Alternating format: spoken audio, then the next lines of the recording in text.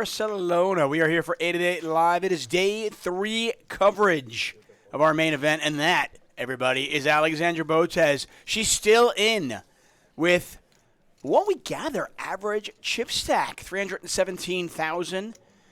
She doubled up late last night with pocket aces, and then continued on. We played down to 27 last night, so all these players obviously in the money. But we will play down to a final table today. Then we'll wrap it up for the night, and we'll come back tomorrow to put a bow on this baby. Nick Wealthall, David Tuckman in the box for you, and we'll be here until we get to a final table. We're going to have Alex Cavalito joining us from Brazil shortly to offer some analysis. We've got great games for you. We've got tons of giveaways. And, of course, we've got a free roll worth $500. I want to welcome all of you in the 888 Poker TV chat, some of our regulars, and, of course, the BotezLive chat joining us again for a third straight day. I saw Papa Botez in that chat. And, of course, you're here cheering on your queen, Alex, on the right side of your screen with over 300,000 chips.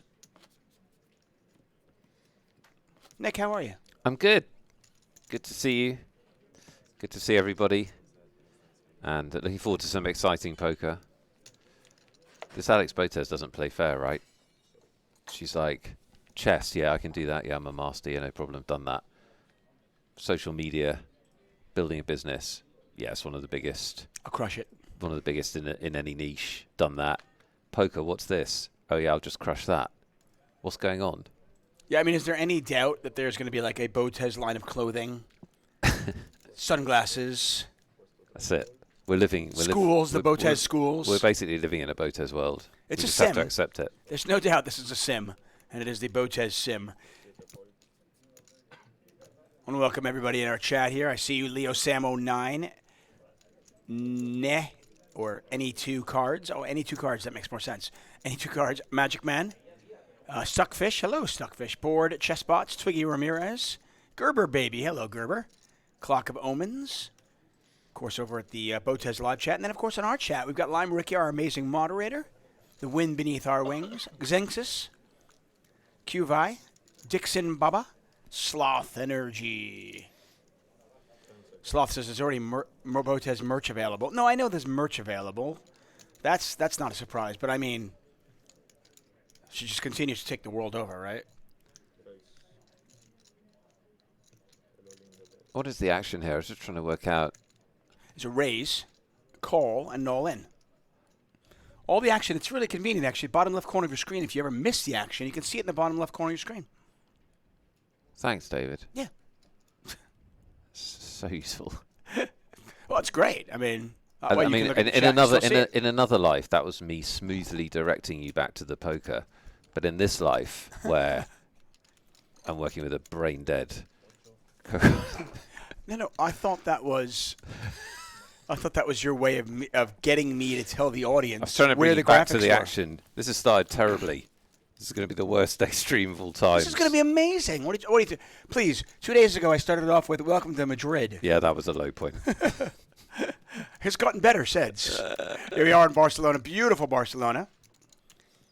Had myself a couple of glasses of wine after the stream last night, some olives. I felt Spanish. Yep, very Spanish. I think I could fit here. Like I feel like I look Spanish. You're not chill enough. All right, but have you not noticed how everyone in this town is like chilled out? Like there's nobody hyper and high energy like you. Right, but I feel like if I was here for a while, I would chill out. Right, but I feel like I look like I could be Spanish. Yeah, that's true. You've got that swarthy, olivey. Yeah, I'm kind of a little darker. You could pass as Spanish. Right. You could not. No, I look like a visiting Norwegian. Very much so. Blinds of 5,000, 10,000, the 10,000 big blind ante. It is, as Nick Wealthall has coined, I'll steal it, a commentator-friendly level. It's a commentator-friendly level. And a viewer-friendly level. It's easy for you all to work out exactly how big the stacks are. Ace-Queen is all in. Yep, a race from Yuri. I love the fact, again, you notice we have a lot of different countries represented. Italy making a strong push here in Barcelona. So Alessandro had 9s and 10s back to back. which is nice. Yeah, and this is a call. You've got to worry about Uri's, which is why I think it's just a call. I mean, you could actually. It's 140, so that's enough. I would just call this. On the off chance that the player with 500,000 chips behind you happens to have aces or kings, and it's a nightmare. Yeah, I mean, the only thing about that is, if he shoves, are you really folding? How much do we have? Well, yeah, because you know that it's not. Yeah, you know that it's not a bluff. Like if Uri were to now shove, it's just never a bluff. Yeah. There's people that are all in. But he shoves ace king, right? Okay, and so be it. Okay. At this point of the tournament, though, I think calling here is the right play, and unfortunately, as crazy as it is, but you've got 50. You're 62 big blinds deep. Yuri's got 51 big blinds. I really don't want to get 51 bigs in with tens, but maybe I'm being a nit.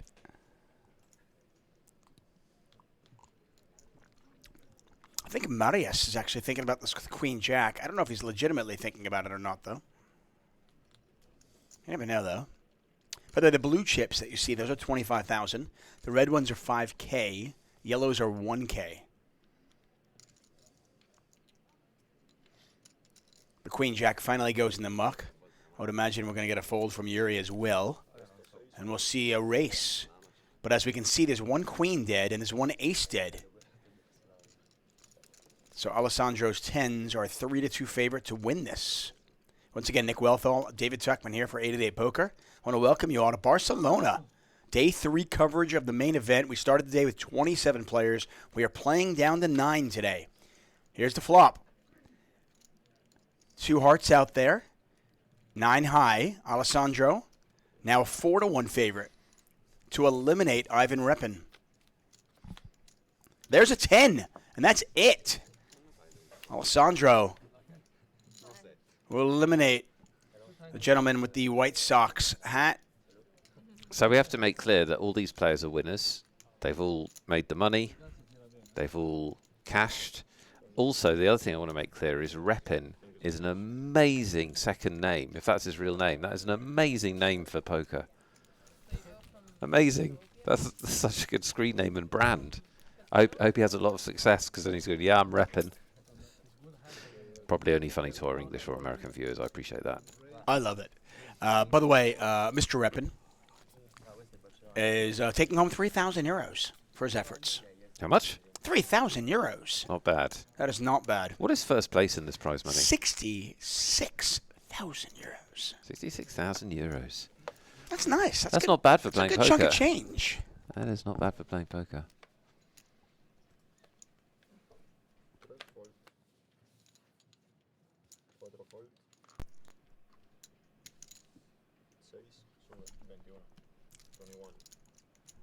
Yeah.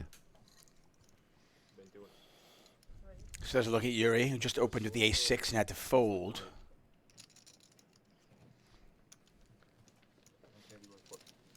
By the way, when I said that you flat with tens, you're also flatting there with aces and kings. Okay. You're flatting. I don't think you're re-raising with anything that you're going with, is my point. Okay. Like, you're obviously calling with a very strong, very narrow range, but I'm not actually re-raising anything. So if somebody does decide to make a move, they could be making a move into the nuts. I was going to make a move into the nuts joke, but it's too early on a Sunday. Be respectful. Also, I'm going to try and elevate my humour today, David. Ooh. Yeah, I'm going to try and get out of the gutter. Class it up a little bit? Class it up, yeah, yeah. Got a couple of big hands here, and unfortunately for Botez, she's on the wrong side of this. 2 big hands, pocket nines, king, queen, and a queen high flop. Not much to like if you're Botez. I mean, you can beat 7s, you can beat 8s, you can beat ace jack, ace king, but yeah, there's no incentive to bet, because this is one of those you make your opponent play perfectly situations. You're going to get cooled when you're losing, and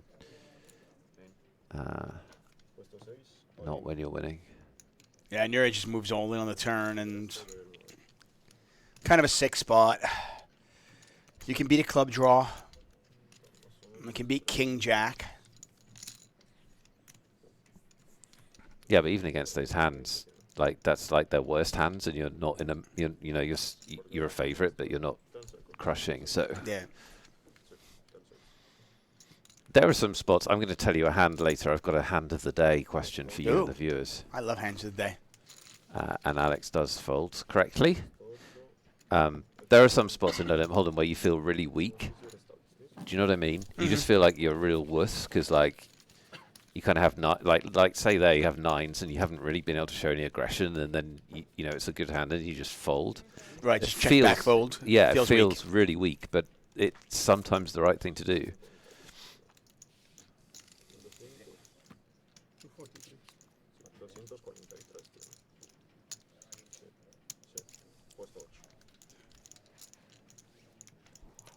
Yeah, if you want to find success at the poker table, best to leave your ego at the door. And sometimes, you know, taking the quote-unquote weak way out is just the best. Sometimes it's best just to check fold.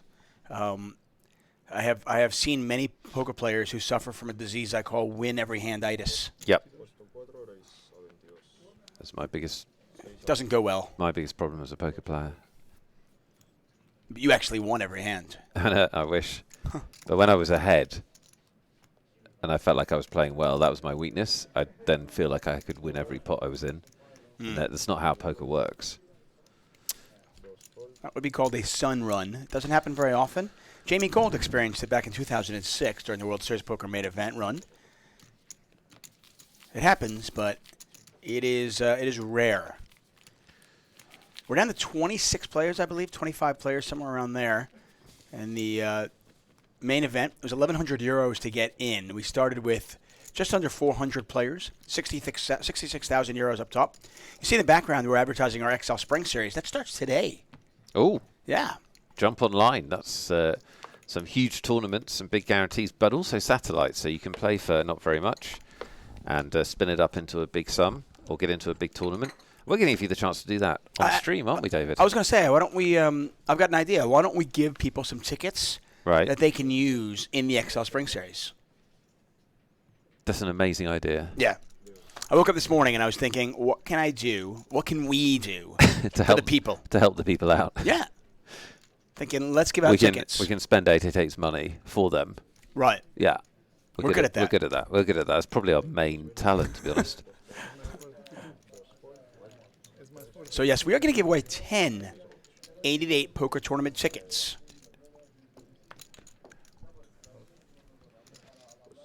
Let's do an early bird special to Ooh, I love early bird kick the stream off, to welcome everybody, to reward everyone that's here early and increase their chances of winning. Just going to message with our good friend and moderator Lime and get a keyword sorted out.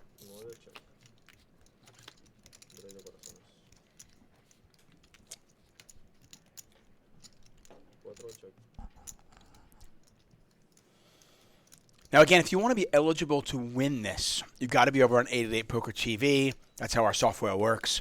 Obviously, we're thrilled that everybody on BotezLive has been with us all week. But if you do want to win, you have to head over to 888Pokertv. I actually have a computer in front of me. I've got both chats open, so I know I can do it. You can do it as well. Right. You also have to be eligible to play on 888 Poker, meaning you've got to be living in a country where it's legal. Here's the good news. We're nowhere near as big. 888 Poker's nowhere near as big a channel as BotezLive. You've got a great chance to win at the moment. Yeah. You've got great odds to win. So we're going to do a keyword competition. All you have to do is type in the keyword, the clues in the title, and then you're entered. You only need to do it once. The software will pick you at random. We're going to have 2 winners. Those winners are going to win a $16.50 satellite ticket so that you can try and get into one of these big XL Spring Series events on 888. Win yourself a few hundred, few thousand, whatever dollars. Give yourself a great shot at it. So that's what we're going to do. You need to be, as David said, in the 888 Poker TV chat. Are you ready, David Tuckman? I'm on the edge of my seat. You should be. So to celebrate the kickoff of one of the biggest series online of the year on 888 Poker, over $2 million guaranteed in this series. Amazing. Your keyword is... You can do the drum roll. Very soft drum roll. Your keyword is XL Spring. It's not even a word. XL Spring. It's a brand. XL Spring. Type XL Spring in the 888Pokertv chat, and you'll automatically be entered to win. Super easy to win a ticket. Extra large spring. Extra large spring. Yeah. One of those massive ones that goes down the stairs on its own. If you type it in the Botez chat, it doesn't work. You can type it if you like. You're spreading 888's brand around the world. That's cool.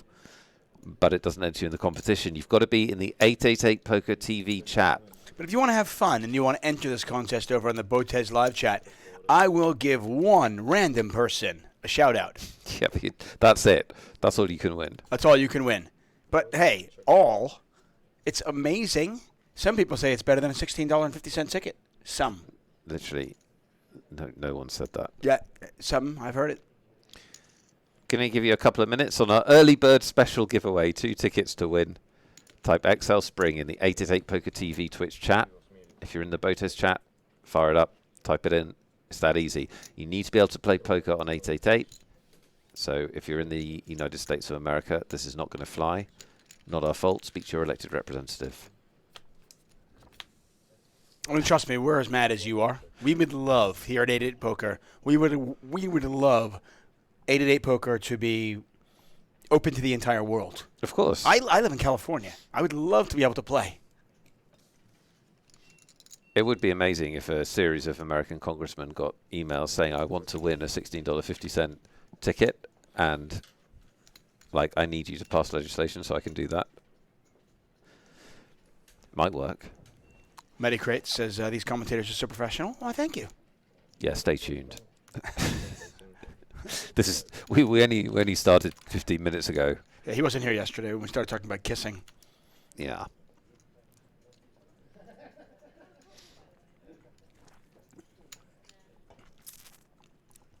By the way, this pot has gotten really quite big. It's small blind button. I believe the cards are correct. Remy, bottom left corner of your screen, he's thinking about this. He's staring. It's very uncomfortable, isn't it, when someone next to you just stares at you? I've been thrown out of a number of coffee shops for doing that. Well, look at that player's already bet, though, and he's staring. Nuno Miguel has already bet. And is staring at the other player. Usually it's the other way around. This is very weird. But I don't understand what's he staring for. I mean, Remy's a good-looking man. Maybe that's why. Could just be as simple as that. Yeah. Could be.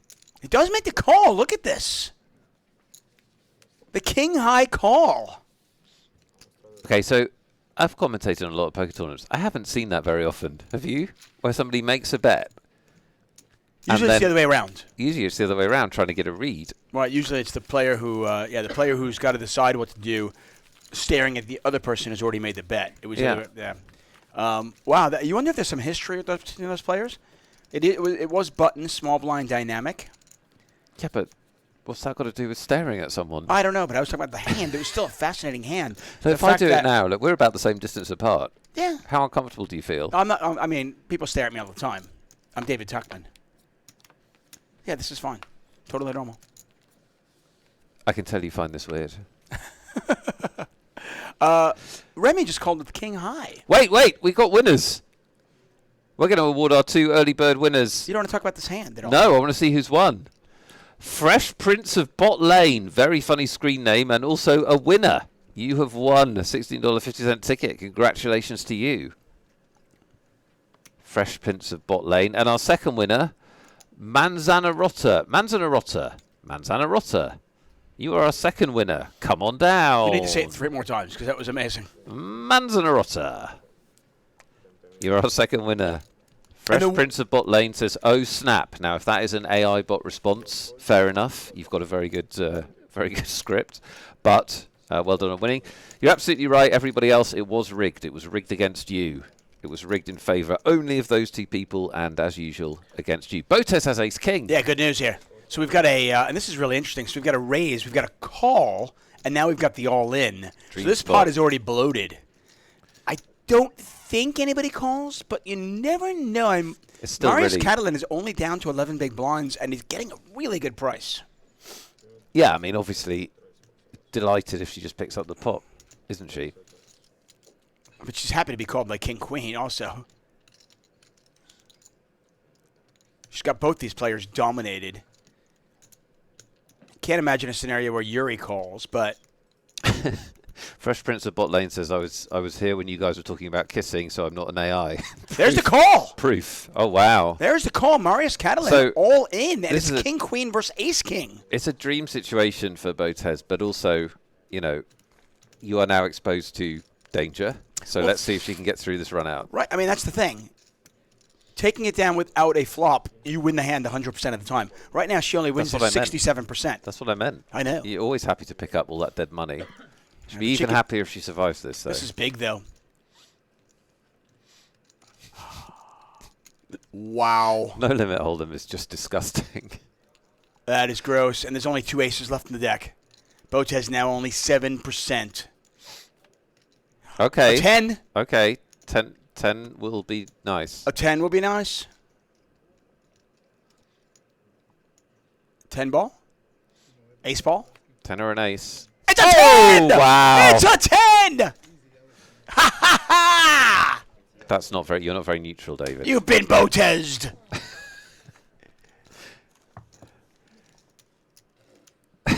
Look at her. That is some serious stress. Right? It's like so funny, too. She's played poker for hundreds of thousands of dollars, right? Like she literally won for over $400,000 in a poker game. She plays chess against the best chess player in the world, right? No Limit Hold'em will do it to you every time, man. And here she's playing a tournament, and she's just like, oh, wow. That's amazing. I mean, look, justice is done. She had the best hand. He made quite a sketchy call. That was exciting. I'm excited. No Limit Hold'em is amazing. It's both like disgusting and fantastic, like even in the same hand. But it speaks to what you were saying, you know. Anytime you can win the pot without a flop, as we look at the outside tables. We have 3 tables, by the way, and as you can see in the top there, 20 players remaining. They're falling like flies. We came back today with 27. What, we're down to 20? Crikey. Unless the TV screen's lying. Yeah. Yeah, blinds are 5,000, 10,000. So we've only been playing for 37 minutes. Levels are hour long. Hello, lady. She's gone. Yes. She's gone. She's gone. We've lost 7. But to your point, though, anytime you can win the pot, especially a significant pot, without seeing a flop, that's good. You win that 100% of the time. Well, I know Helmuth got obsessed with this a few years ago. He kept talking about it a lot. I don't know how he feels about it now, but he kept talking about like trying to win tournaments without ever being all in, like without ever being exposed to danger. Do you know what I mean? Just like chopping up without showdown all the time. Now, in fairness, she was not all in there. She had him covered, obviously. No, absolutely. Right. I don't like. I'm just saying, conceptually, if you can minimise how much danger you're exposed to in No Limit, it's good. But at the same time, you can't not want to be called by worse hands. You can't be, because that will make you too scared. Right, but do keep in mind from a math perspective, if you are a 67-33 favorite, you are not a favorite to win 2 of those in a row. Yeah. It's actually 49% at that point. Yeah. Imagine trying to win 3 of those in a row. Imagine trying to win a poker tournament. That's the crazy thing. Like you could be 67-33, and if you have to win 3 of those in a row, you're now a dog. Yeah. And if all 3 of those are for your tournament life, you could be out very easily. We are down to 20 players. All smiles for the chess queen. So this guy, Alessandro, I'm sorry I don't know his second name yet, but he's looking like, where's the rest of my stack? Because he's got a good stack, but he's had 9s, 10s, and aces in like half an hour. Yeah, it's pretty crazy. Nick Rothwell, David Tuckman here for 888Poker. It's day 3 coverage of the main event in Barcelona. 1,100 euros got you in. Top right corner of your screen, we'll see 369 players entered the fray. This 4-day event will end tomorrow, and we're down to 20. We're only going to play down to 9 today. You have plans tonight? I'll eat tapas, drink red wine, enjoy Barcelona, reflect on watching Alex Botez make the final table. Those are my plans. I like it.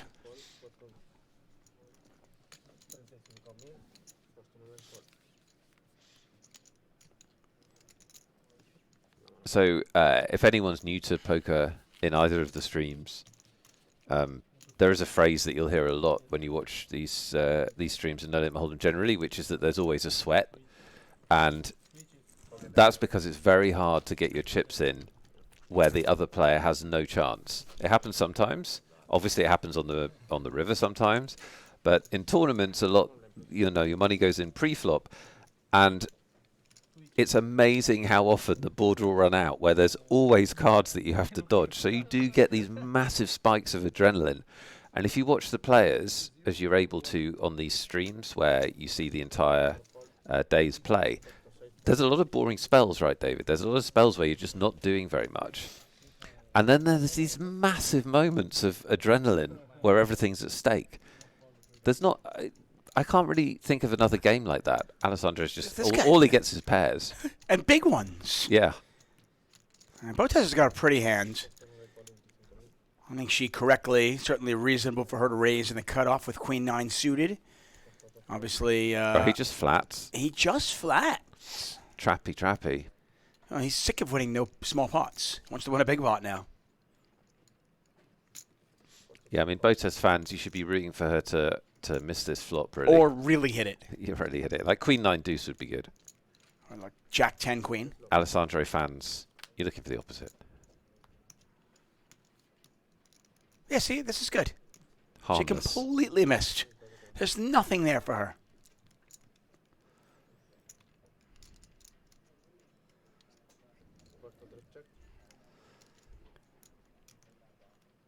I don't think I bet here. I think just shut it down because, you know, the big blind and a flat behind have got a lot more to do with that board. It's also a question of, I mean, you look at the chip stacks too. Alessandro has 1.1 million chips. Even if Alessandro has nothing, he's going to float a ton and just put you in a world of hurt. Again, we go back to it feels weak, but when you have the chip leader on your left, yeah, you've got to kind of defer a little bit to them. You just really... Definitely. There's nothing wrong with that. Just check fold. It's a really key point to learn, which is that with the deeper you go in the tournament, the more the stacks matter. Plus, chips naturally flow to the left. That's poker. Position matters. And even if Alessandro had, like, let's say Alessandro had Queen Jack there, right? Had nothing. There's just aren't many flops where Alessandro is just going to just give it up. I mean, he's going to float a lot. You don't get 1.1 million chips by playing passive.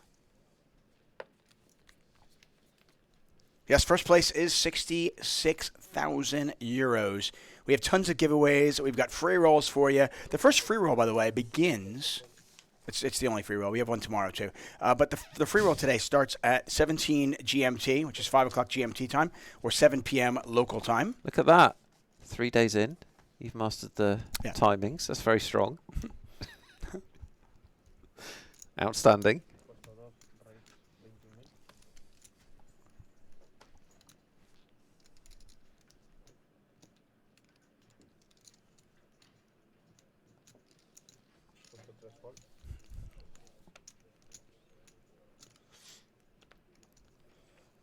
Raise from Lynn.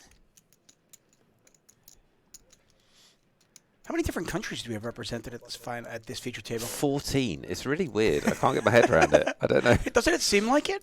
Yeah. So this is the first chance we've had to see Nuno play a hand since the stare. Oh, well. Oh, this is a fun flop. It really is. I mean, we've got a gut shot, straight flush draw for Nuno. Lynn has got a pair of nines. Button versus big blind. I want to see if he stares at him or if it's a personal thing.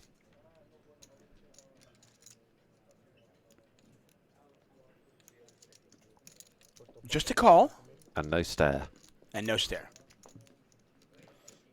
81,000 in the pot. That's the bottom right corner of your screen. Most of the pertinent information about the players is in the bottom left of your screen. You'll see positions. You'll see sack sizes. You'll see percentage, which is how much equity they have in the pot, meaning how often they'll win the pot if it goes to showdown. And at the top of your screen, you'll see all the outs that the player behind has.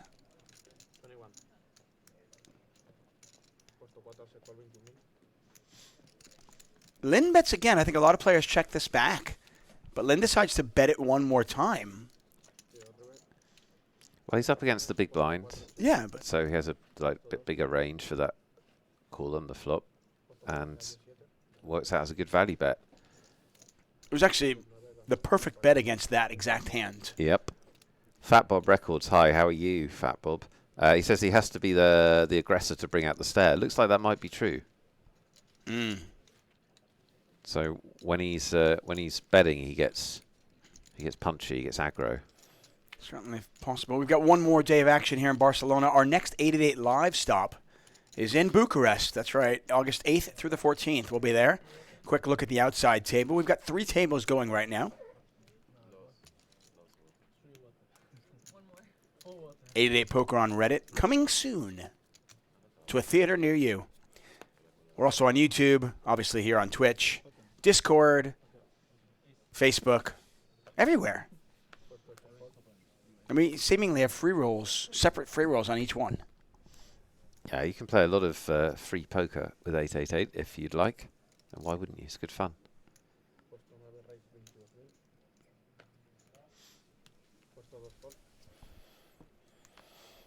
Alessandro, the Italian, just continues to crush. This time does not have a big pair, but in position. Going to put some pressure on these opponents. So we were expecting the, as David mentioned, top right is the players. There's 20 left out of our 369 strong field. We were expecting the eliminations to slow down a bit in the next couple of hours because it's gone very fast up to now. Last night and this morning. Well, it's not this morning, is it? Start of play today. 4 o'clock. I think 4 o'clock for Spain is this morning. Yeah, it is. Qualifies. I mean, it all the depends. dinner breaks at 11 o'clock here. Like, what's that all about? That's just weird. Same flop. Oh, no. It's very similar. 6 of clubs instead of 6 of spades. Right. It's a very similar flop and similar situations. We've got a big draw with the Queen of Clubs for Alessandro. Yuri with a pair of 9s. Also has a 10 of clubs. 59,000 in the pot. I mean, it always depends. I mean, if the chip leader keeps winning hands, we could be done in an hour. Yeah. Look at the outs.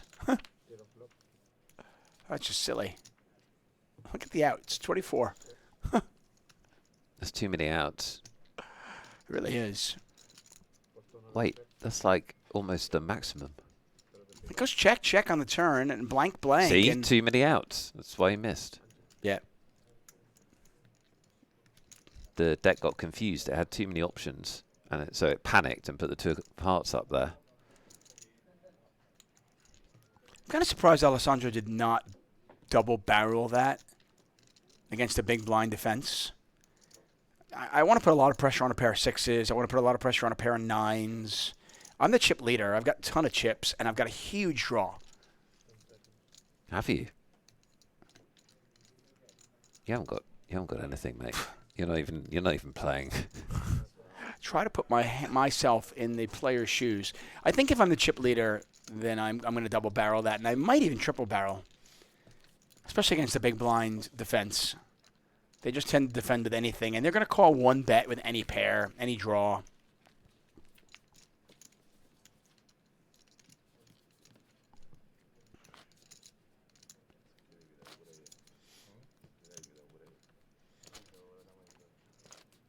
Yeah, just to clarify, a few of you asking in chat, there's 3 tables left, this table and 2 other tables out in the casino. 20 players left. We're going to play No Limit Hold'em until we get down to 9 players, and then we'll stop. Then we're going to switch it to stud 8. We're going to switch it to PLO. You know that tag game where they run around the room and try and touch each other? We're going to switch it to that for the final. We're going to switch it to... Well, we're going to stop. We're going to stop at 9 players left, and we're going to play the final tomorrow.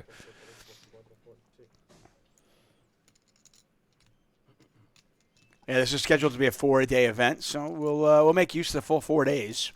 And David and I love to be here. We love to talk to you in chat. We love to give you prizes. We love to watch the poker. But at the same time, if these guys could get down to 9 around about, what, 8:30-ish local time? That would be convenient. Would be perfect. It'd be like a perfect 4-hour stream. Go to dinner. Think very about relaxed. Think about what an amazing mood your commentators would be in tomorrow. I think that's what these players are thinking about, actually. Well, they should be. 8 high flop. Botez defending the big blind with 10-7. Lin has top pair. Lin is a pretty aggressive player. Not a surprise. Younger gentleman. Has a lot of chips.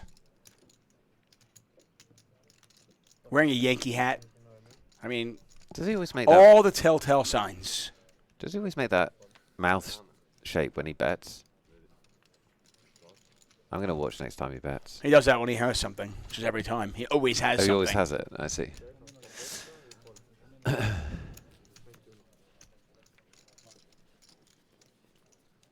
Well, Lin now up to 844,000. So we have two players who combined for over 2 million now.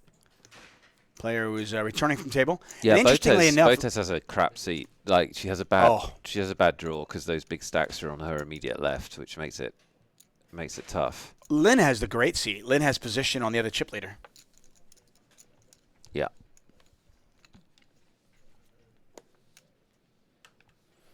I don't know if you know this, by the way, on 888 Poker, we've got a new deposit tool. It was just added on May 10th.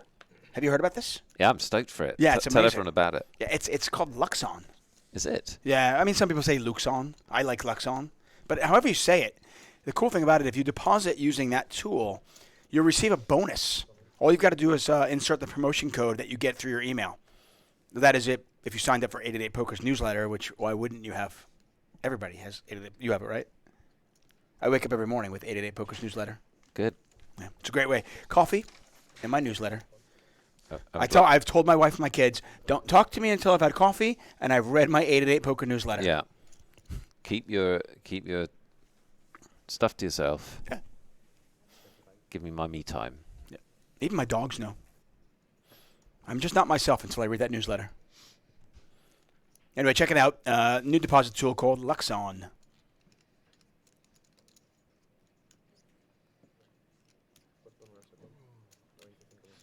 The chess player says, so what's Alex's ranking now?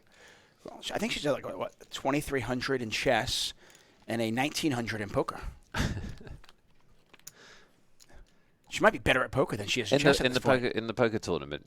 I would guess she's middle of the pack. I would guess she's like halfway up of the 20 players. I think she's better than that.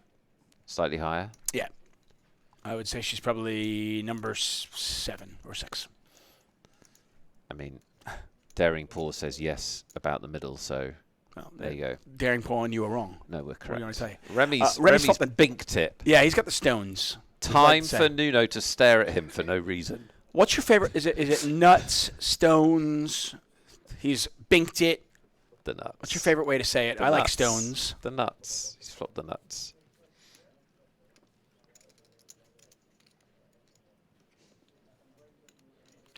Dream scenario.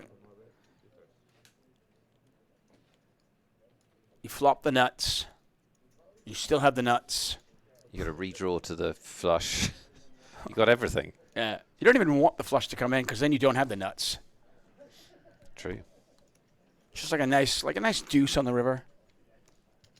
Or actually, the best card, like a 4, where if somebody did have the 8, they're not going to pay you off.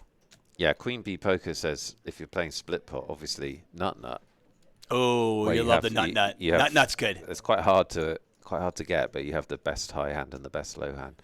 Yeah, for those of you who are new, there are a lot of different poker games. In fact, well over 20 games that you could play, and then sometimes games are made up. But there are some games that are split pot, where half the pot will go to, say, a high hand, and half the pot will go to a low hand. Yeah, I think they're a lot of fun. I think it makes more sense if you say best hand and worst hand.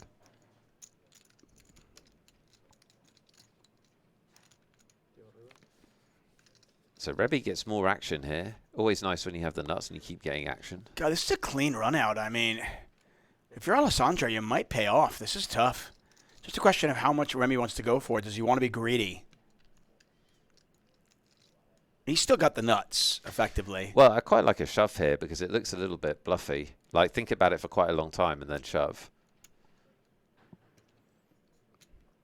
A shove or like 62,000? He's going to do your thing, 62,000, but that's kind of, you don't win as much when they call you. You don't win as much, but they call you more often. Yeah, so it just depends, doesn't it? It's a math problem. It is a math problem. It does look bluffier, though.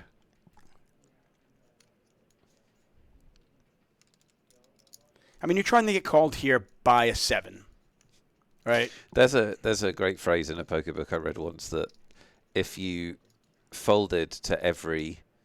Most poker players, if they folded to every third of the pot river bet they'd called in their career of live poker, they'd be much, much richer. Rub it It's in.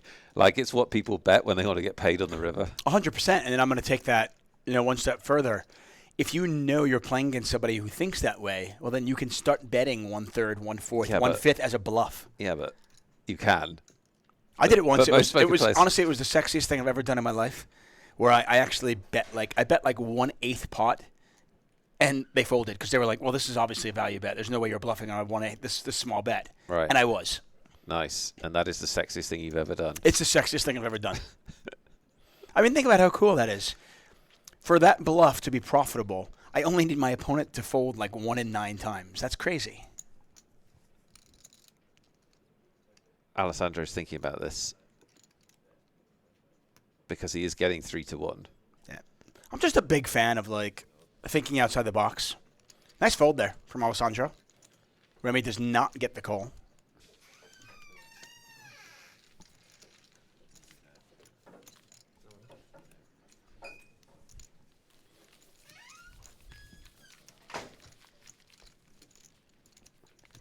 Remy wins a big pot nonetheless. And we continue on. Nick Wellfeld, David Tuckman calling the action. By the way, if you are new to our Twitch channel, make sure you hit that follow button, turn your notifications on.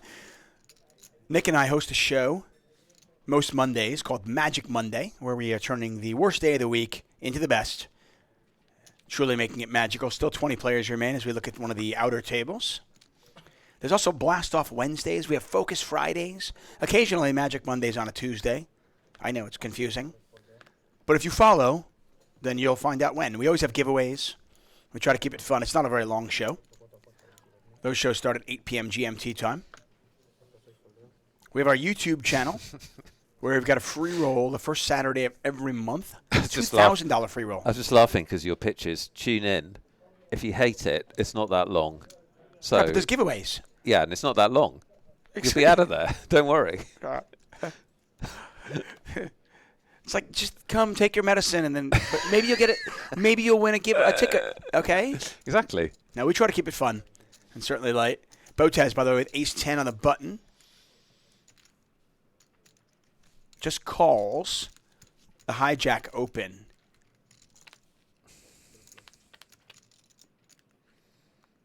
There's a jack. That's not a good start for her.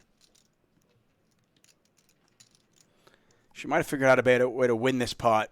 Perfect for Nuno, obviously. Yeah. She might have figured out a way to win this pot if both players had missed, but unlikely here for her to win this one now.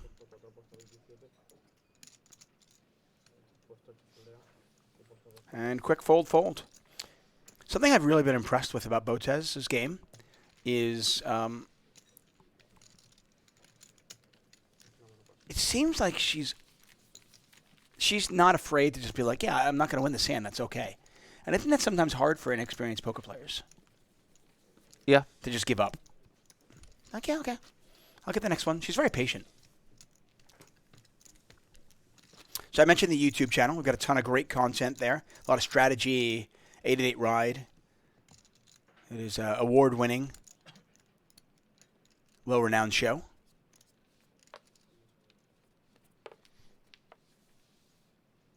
That's over on the YouTube channel.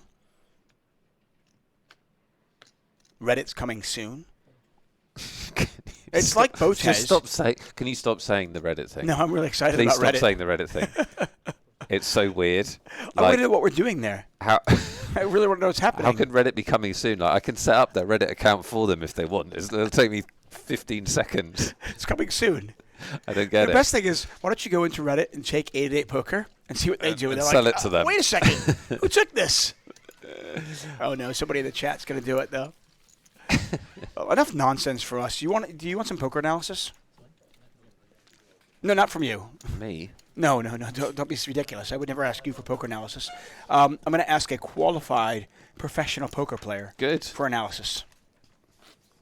You're here for eye candy, and you're here for the comedy. I'm here for the tapas. When does that come?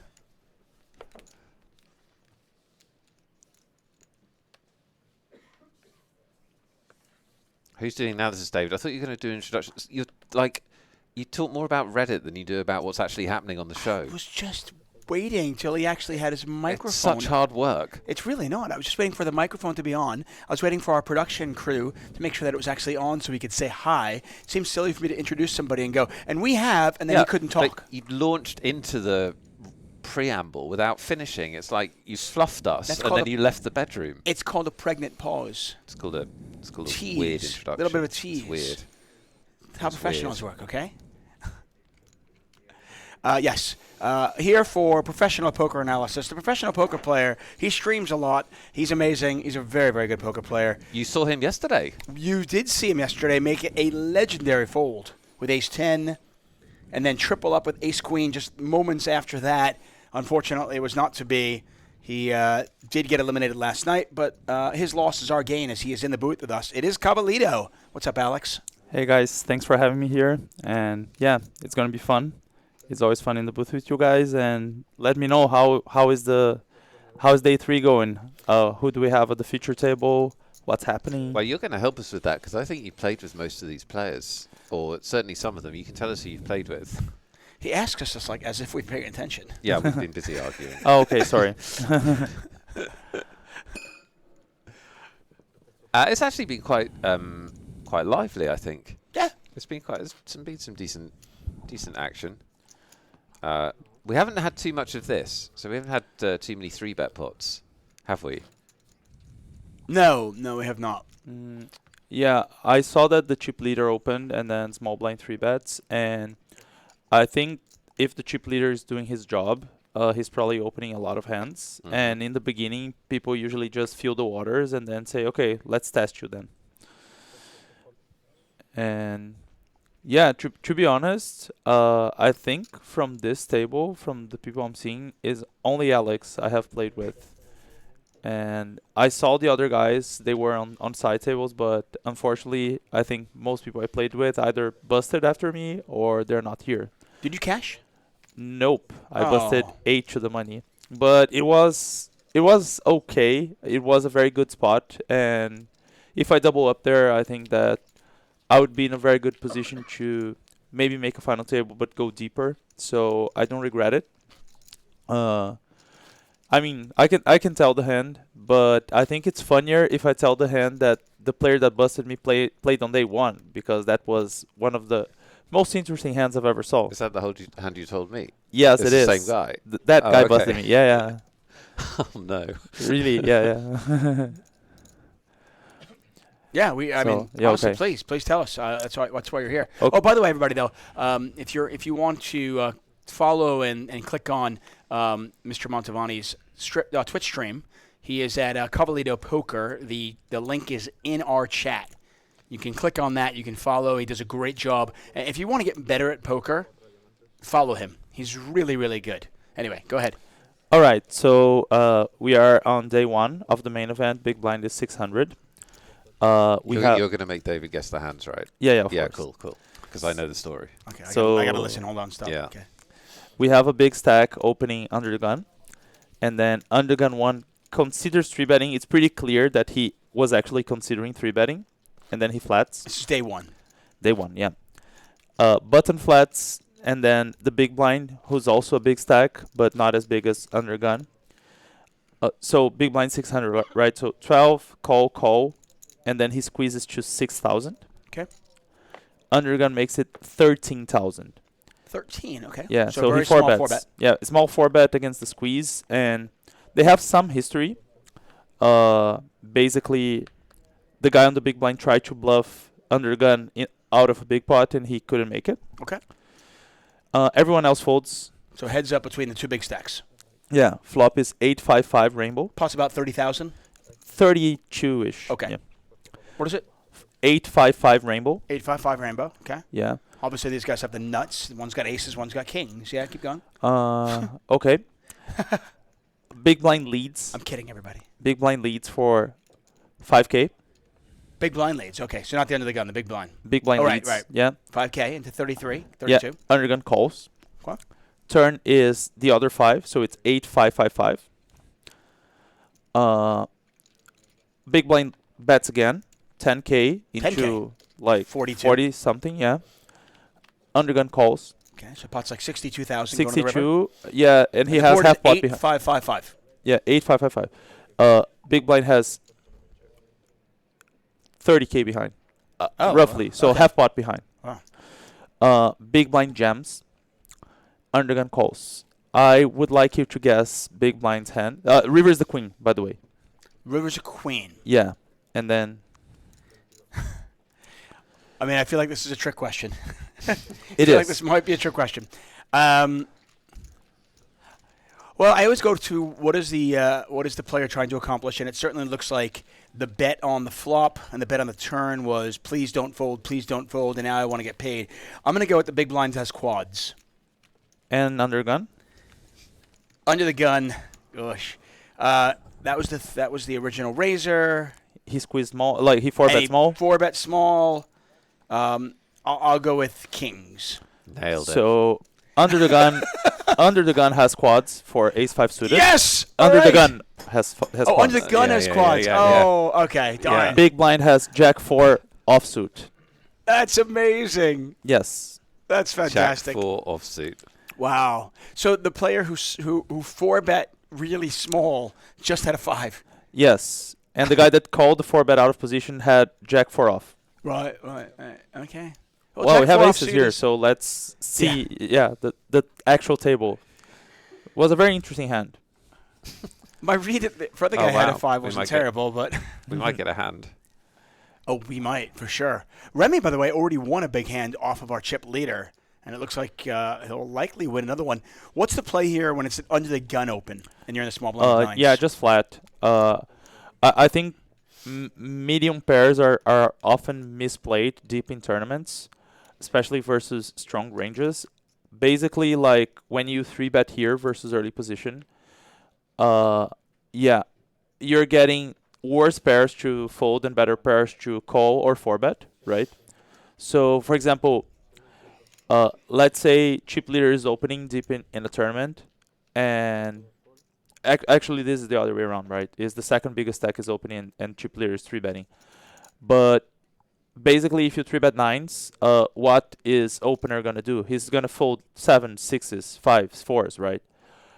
And he's gonna continue with 10s plus. So 9s and 8s are hands that perform really poorly as 3-bets deep in tournaments. For Remy that reason. just calls. Yeah, I think that's the play with aces, especially because chip leader is gonna be playing very aggressively as he should, right? He's gonna be 3-betting a lot. So 4-betting aces is kind of wasting your hand. And now he's going to get into trouble. What a dream flop for the aces. Yeah, exactly. It's just perfect. I mean, you just don't give. You'd think that if Remy had 10s, jacks, queens, or kings, they would likely 4-bet. So you just don't give them that much. And I mean, if you're 9s right now, if you're in Alessandro's spot, you have to think that you've got the hand. You're kind of happy. Yeah, Yeah. yeah. I mean, you think that in position is going to have some like high ace-x suited, right? Ace-jack, ace-queen suited, king-queen suited, those types of hands.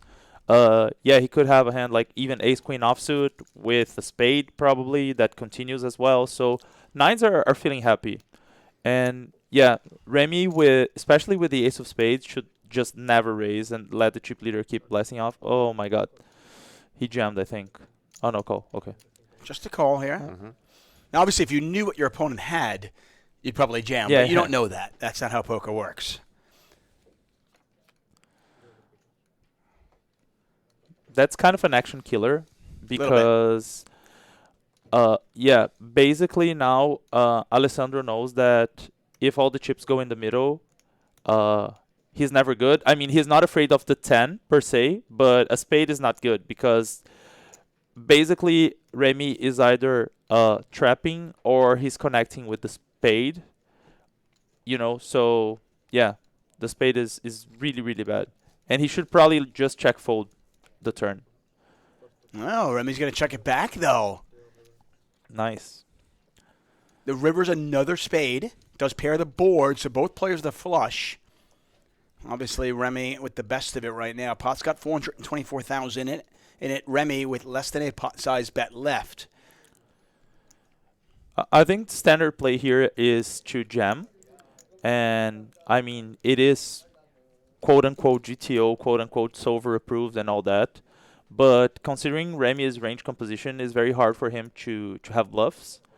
And I think that he could make some money if he finds a small bet here.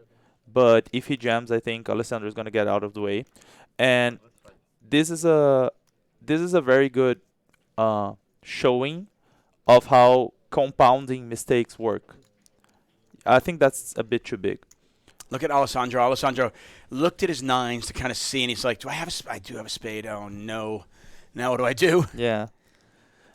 Because basically in poker, the mistakes you make get exponentially costlier throughout the hand. Right. Let me ask you this as he decides what to do. By the way, players have 30 seconds stacked on their hands. If they want more than that, they can use one of those blue cards, and they get a time extension.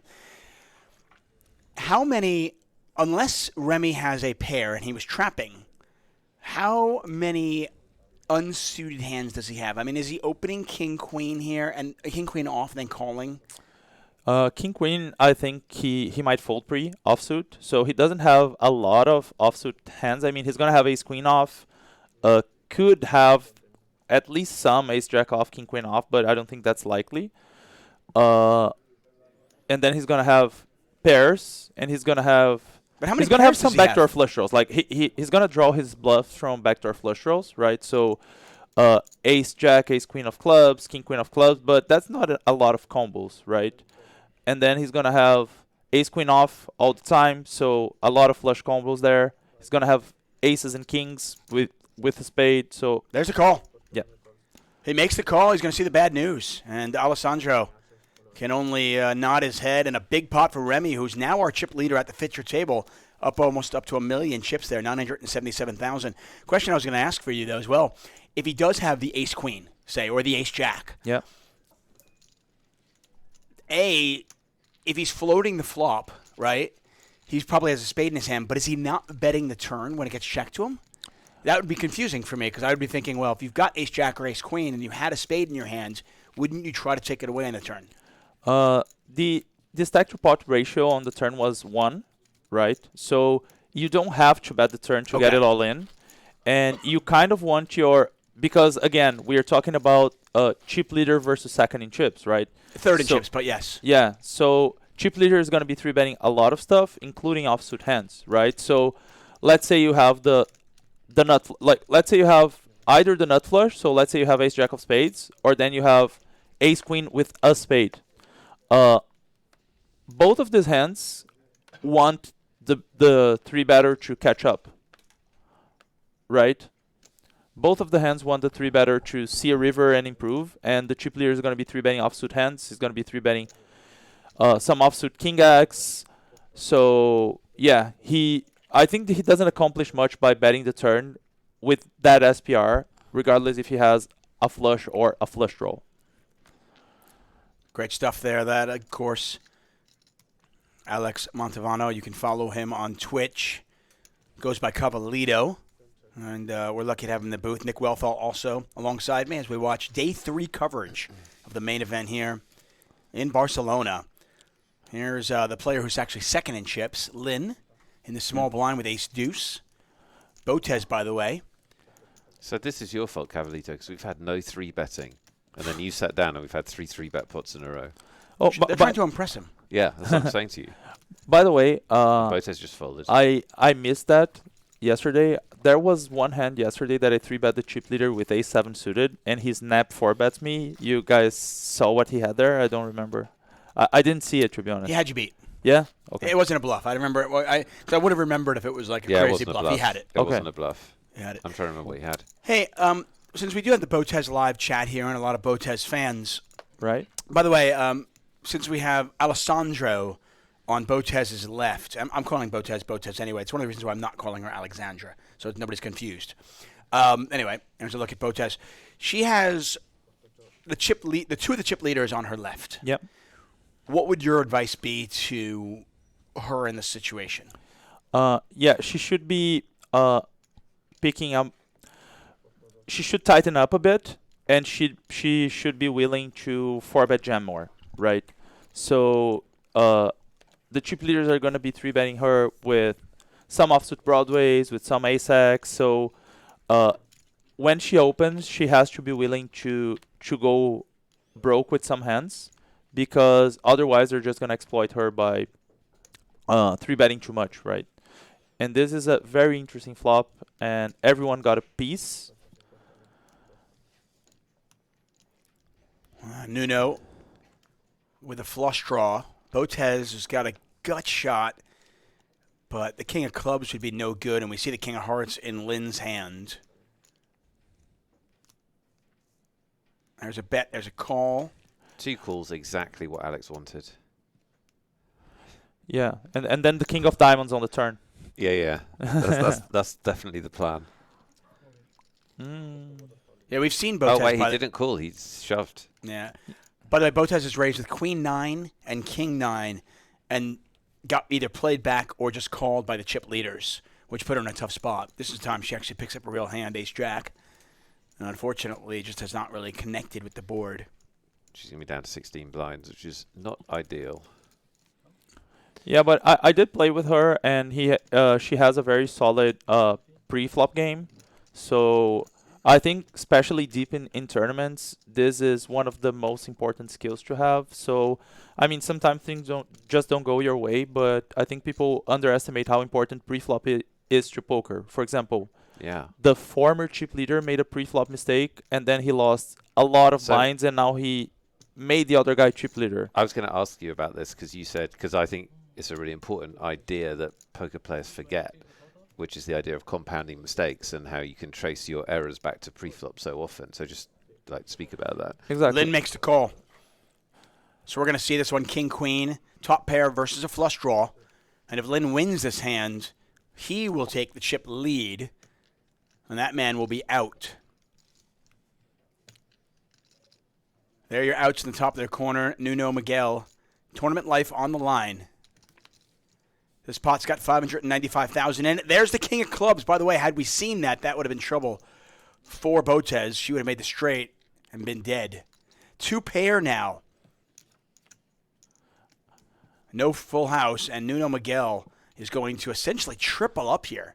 Another butterfly effect example. If the guy doesn't jam, Botez is probably going broke, because she's gonna hit the nut straight. I mean, there's the flush out there, but the SPR would be less than 1, so she would probably go all in. So you keep saying SPR. Yeah. We've got a lot of viewers that won't know what that is, so can you just explain what SPR is? That's actually, SPR is what I put on my skin. I've got some pasty skin. You even more pasty, and I'm worried about the sun. So the SPR ratio of suntan lotion. And how does that apply to the hand we just watched, David? Well, if you're sun running, you want to make sure that you don't get burned. Right. Yeah, that's what it is. So Did SPR. I get it right? Nope. Ah, man. SPR is stack to pot ratio, and basically is how many stacks you have regarding the pot size, right? So let's say, for example, you have 100K chips, and the pot is 20K, then the SPR is 5. And basically, like, poker can be really simplified off a game of SPR. If the SPR is really low, you should go broke with weaker hands. So let's say the SPR is 1. If you have top pair, you're very happy about going broke, right? But then if the SPR is 10, you probably just want to go broke with the nuts or close to that. So For the record, I'm never going to be happy if I go broke. Oh. Just want to put that out there. I'm never happy. If my SPR is 1, my SPR is 10, I don't want to go broke. Okay, cool. Just want to put that out there. So But your point is well said. You can even go back another step, which is, like, I wish I'd been taught poker this way, but nobody gets taught poker this way, which is that poker is a fight for the money in the middle.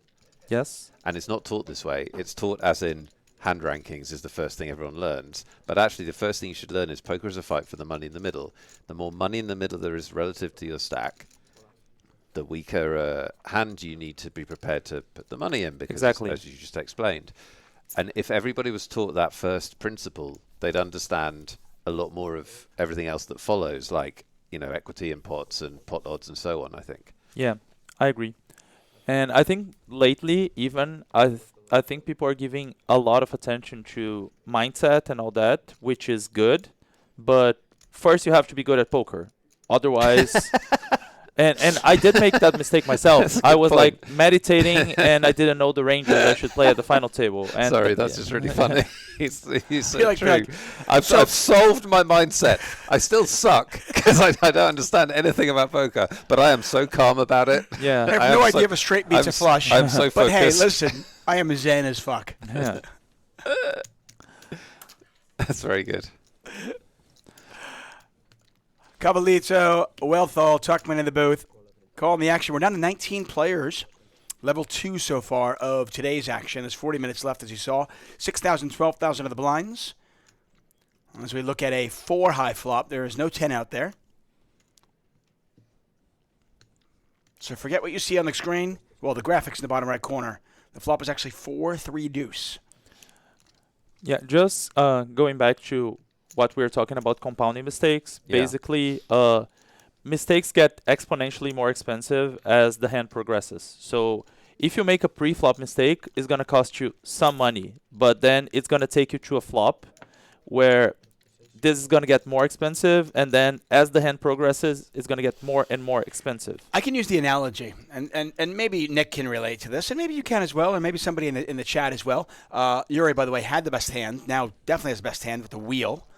And probably Remy's got a barrel off because he blocks the nut straight, and he has more ace. He's perceived to have way more ace-x than the big blind does. You didn't play with Remy? No. Okay. He seems like competent so far, I think, from what we've seen.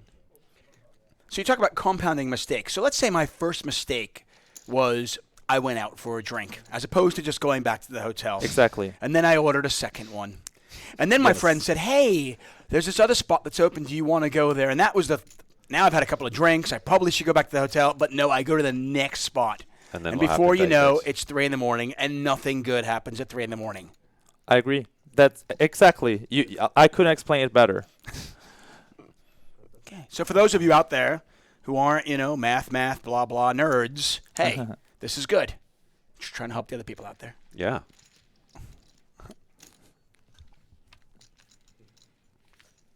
It's a really important point. And it's also like, if you're trying to get better at poker and you're watching the stream and you want to get better at poker, it also helps you like direct where you put your time, because a lot of our viewers are not professional players, but they just want to play and they want to improve. If you get some good solid pre-flop ranges and an understanding of what you need to do pre-flop, that actually is probably going to help you out as much as anything, right? Yeah.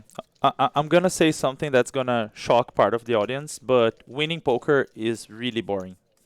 And basically, like, when you see highlights of poker tournaments, you see triple barrel bluffs and check raise bluffs and hero calls and hero folds and all that. And those are amazing, right? But I think 80% of what's important for you to know is pre-flop and flop. I mean, I go as far as saying that if you have a solid pre-flop strategy and a solid understanding on how to build ranges on the flop, you can beat up to online mid stakes easily.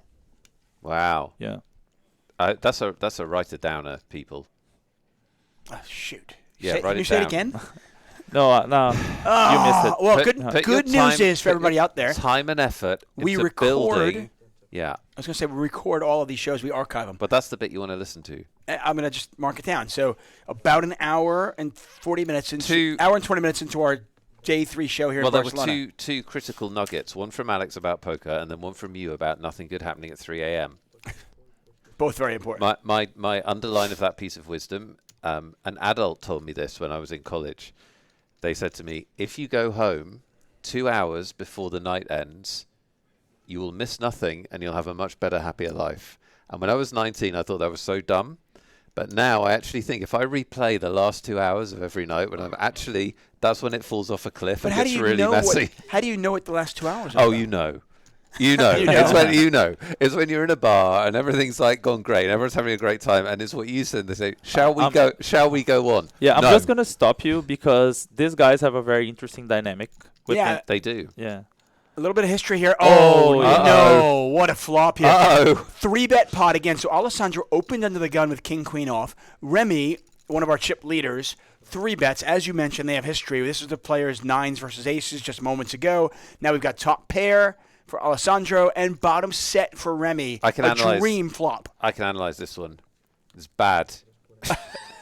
Yes. It's bad for Alessandro. Okay, now you just mentioned the SPR. I'm going to do the math here and look at it and go, if I'm Alessandro, once I call this, my SPR is about 2-1. Am I happy to go broke here with King Queen on this run? I mean, you are never happy to go broke, Tuckman, but I mean, I think King Queen is good enough, especially versus the chip leader, unless the turn is a very scary card. What card is scary? On a King 6-4? Ace. Okay, ace. There you go, fine. Would be scary. I think that a card that, for example, a very connecting card, like, it's just the ace probably in this board. I was going to say on a 3-bet pot, right? Yeah, exactly. And not only is it not scary, it's not even remotely scary. If you've got King Queen, you're loving life. But we can see that Alessandro is actually drawing Are you dead. loving life if he goes bet? Yeah, no, but you're loving life on the first 2 bets, though. The 3rd bet, you're like, oh, wait a second. I really like my hand. Now I'm scared. Right? And the turn is rainbow, so a lot of backdoors whiffed. The chip leader is supposed to have Queen Jack, Jack 10, Queen 10 suited. So, yeah, we are not going anywhere. Yeah, it's 140,000 bet, 140,000 Especially call. because on the flop, I think the chip leader is going to see bet his entire range because he has kings, ace, king, and aces, and the caller doesn't have. So, by the way, there's 560,000 in the pot. Alessandro has 389 behind. And by the way, this is probably the strongest hand that Alessandro has in his entire range besides pocket 9s because he's not calling a 3-bet. He's probably not opening 4s under the gun at this stage with his stack. It's bad. He's folding to the 3-bet with 6s. So King, Queen, and 9s are the best hands that Alessandro can have here. And if he's folding the top of his range against an aggressive chip leader, he's going to get destroyed. Exploitable, yeah. So, yeah, goodbye, Alessandro. You got very unlucky, and you had bad timing. By the way, Remy's a thinking player. Sorry to interrupt you. We saw the very first hand or second hand of the show. He actually called down a play with just king high. Good point. Sorry to interrupt you. I just sorry, I just really wanted to do that. Oh, there's a call. Yeah. It's an automatic call, isn't it? It is. What's he supposed to do? Lose. He's supposed to go broke. Supposed to lose. And don't you think this is something that happens in poker that doesn't happen in very many other games where Alessandro has really done nothing wrong in that hand whatsoever, and he's walking home. He's like, what else is he supposed to do? Like, if you could be the best poker player in the world, what else do you want to do? But let me ask both of you this, and I'll ask the chat this as well. King, Queen offsuit, opening under the gun. Okay, that's certainly reasonable. Can he fold to a 3-bet? They're like King, Queen off? He didn't go that big sizing, so I think that it's probably the worst hand you call, but considering they have dynamics and the chip leader is going to be aggressive, and the part... chip leader, they're aggressive, they're 6-handed. Yeah. They're 6-handed with a big blind ante, so the antes are bigger. I mean, I think you're at this point in the tournament against a competent, aggressive player, you're getting beaten up. In my opinion, you're getting beaten up if you just fold there. Especially because King Queen dominates a lot of the chip leader's bluffs because he's going to bluff with King 9 suited, maybe King 10 suited, King Jack suited. Some creative people find like the King 5 suited, King 6 suited, and he could be even 3-betting King Jack off. We're down to 18 players, so we may reset and come down to 2 tables. Right. And it's amazing. This is the one thing, and obviously all of us have played a lot of poker. We've watched a lot of poker in our lives. How amazing is this? Alessandro came in today, top 3 stack. He had 1.2 million. Yeah, no limit hold'em's a horrible game. We watched him. He had 9s, 10s, aces, just couldn't lose. Yeah. And then it all came tumbling down in 2 hands against the same player. And now Remy has 1.5 million. And Alessandro is walking out wondering, how did I get knocked out in 19th? I just had all the chips. Yeah, it's brutal. I think the pocket 9s hand were his tournament basically because he could have lost a lot less in that hand. If he just calls that, it goes check call. Check call, check call, check call. Or maybe check call, check call, check fold even. Who knows? I actually think that the 3-betting the 9s out of the small blind there is a good example of positive tilt where he's just like... Entitlement almost? Pardon? Almost like entitlement? Not quite. Just like it's a momentum 3-bet where like overconfidence. He's I overconfident. can't lose. I've got all the I can't chips. lose. He's got all the chips. He's won last night. He's won this morning. He goes nines. I'll just put more money in. Yeah. Because I'm either going to have the best hand or I'm going to make him fold or whatever. And it's just like, I don't think he's always 3-betting nines out the small blind, but I think today he was. Yeah, I've seen people do that where you're winning, and you're kind of like looking at your opponent going, you've gotten all the memo, right, guys? I'm the chip leader. Defer to me. I've told you this many times. It was my biggest leak when I played cash when I was coming up and learning. It was my biggest leak. When I was learning, when I was winning, I would play too many hands, and I would play like too loose. I've seen that. I've actually, when I played cash professionally, when you find yourself on a good streak and you end up winning, like let's say you win 7, 8, 9 in a row, you go to the casino and you're just like, oh, how much am I going to win today? And you start playing like a jackass, for lack of a better word. It's just, you go in there, you're just like, yeah, I'm entitled to win, obviously. How much am I going to win? I think it's worth saying as well, like it was particularly, he was also unlucky because it's not like he made big mistakes. He's made a mistake, but it doesn't have to then run out that way in both those hands. How crazy is it, by the way? Brutal. How crazy is that? Like, you can play great poker for like 3 days, be the chip leader or one of the chip leaders, and okay, you make maybe a small mistake, the deck doesn't bail you out, and then you get a cooler situation, and then suddenly you're out. It's just it's crazy. We've talked about chess a lot because obviously Botez is here, and that is one thing. There's a lot that they don't have in common. That's one thing they do have in common. Top level chess, you can make one mistake, and it's over, and your game's over. No limit hold'em, you can make one mistake and your tournament's over, and that is the challenge of both games, I think. Yeah. I was playing this chess game this morning, actually. I try to wake up with, after I read the 888 Poker newsletter, I play a game of chess to get my mind sharp. And you made one mistake. I was crushing. And then you made another mistake. I was crushing. No, I blundered my queen after I was crushing my opponent. You blundered your queen. I blundered my queen. I was You're really an idiot. upset. Yes, like an idiot. And I was like, ugh! Threw my phone against the wall. Sure. Very mad, but I was ready for my day. You know what blundering your queen with no compensation is called? What's that called? The Botez Gambit. Oh, is that? That is the Botez Gambit. Yeah, when you Wow. blunder your queen with no compensation, you just flat out lose your queen. Yeah, this is I a think I did have significant compensation. I think I mistake, got by his the way. knight. This is a significant mistake by Nuno. I mean, he can be trapping, right? But ace king off is not an amazing hand to trap, especially because people are not going to be aggressive enough versus the chip leader opener. So he's going to go 3-way to the pot, which is already something bad. You split your equity with another person, right? And okay, like here it's going to work, but I think that people under 3-bet the big stacks because, oh, I don't want to face a 4-bet. I don't want to put my tournament life on the line. But he's opening 5-3 suited, right? So you really want to isolate him with a hand as strong as ace-king. And if you get 4-bet, well, so be it. You've got ace-king. I'm all in. Yeah. Right. If he's got you, he's got you. Well, it turns out that Tullio, who's new to our table, Tullio Bertoli, in the big blind has king-queen. Nuno's got ace-king. It is an all-spade flop with a 4 of clubs on the turn. And you expect a little bit of something to go in here. Yes. Maybe not. Maybe somebody's scared of the 10. Maybe somebody's scared of spades. I think even king-queen thinks they're strong enough at this point. I mean, both hands are under-repped, right? Yes. And it goes check.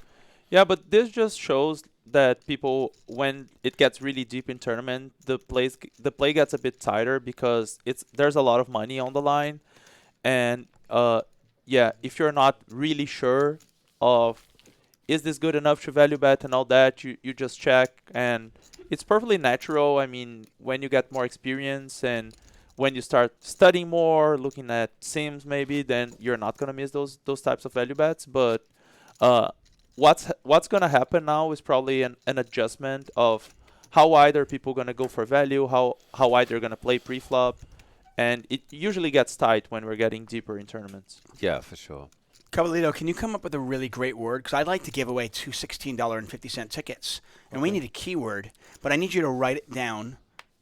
Okay. Or type it into Sorry, I'll give him things. the So I'll Lime give Ricky him the can put it in. interface.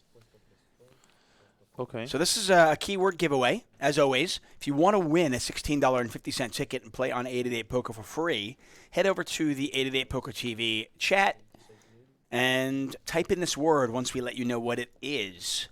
We're going to give away 2 tickets right now.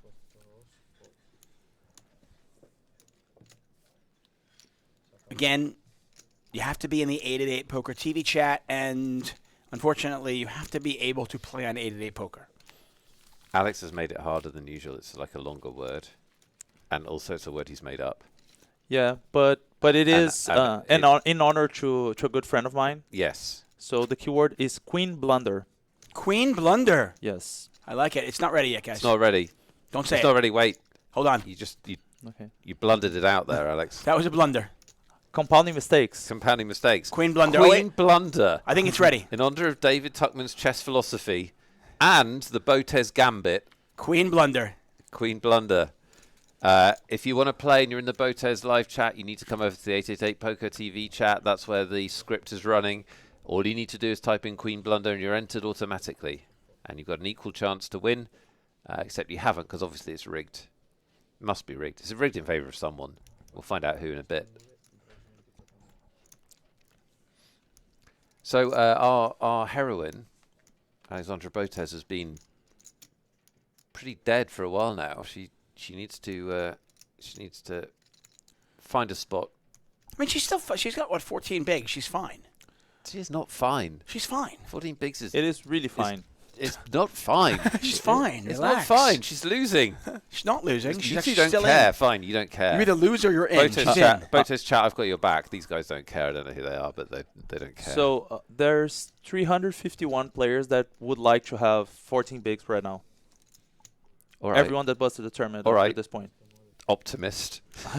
Glasses half full. Uh, We're playing for first, right? And we're in horrible She shape. can't win right now. You can't win. There's 18 left. The important thing is that she's in there, and at the end of it all, she still has chips. Yeah. And when you're deep in poker tournaments, is the only time you can actually make money by folding, because when other people bust and you get a pay jump, that's good for you. And yeah, like you just have to not bust. If you never bust, you win a tournament, Good point. right? Excellent tactics from Cavalito. Get your Don't queen bust, blunders in the chat. Don't blust, win a tournament. Yes. Yes. Get your queen blunders in the chat. One thing that's been very obvious, and you've mentioned it, Tuck, is that she's very patient, and there's no doubt that chess has taught her that. Like, blitz online is a little bit different, but when you're playing competitive chess over the board, you know, you can't force opportunities. You have to play the position. She's got exactly the same mentality, I think. Yeah, I would bet that she will get it in good. She's not going anywhere. She's not going anywhere. No.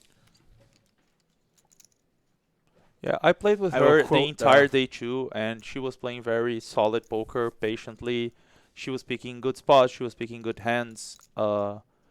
She impressed me with her playstyle.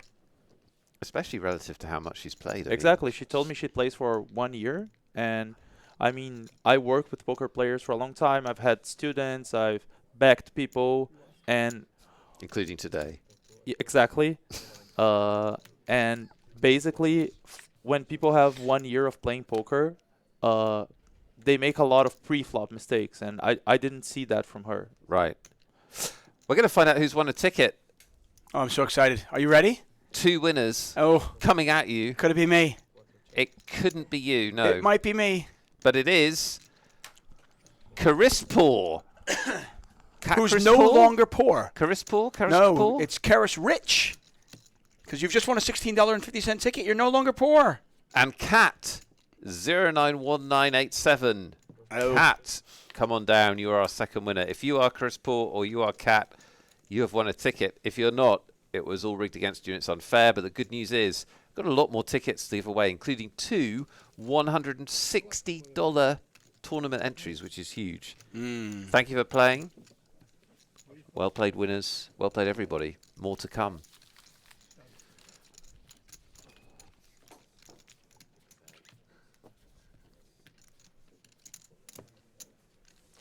And for the BotezLive chat, you don't win anything except a shout-out. And the shout-out goes to Obborg. That's right, Obborg. You said Queen Blunder. You spelt it correctly. Congratulations. I just said your name.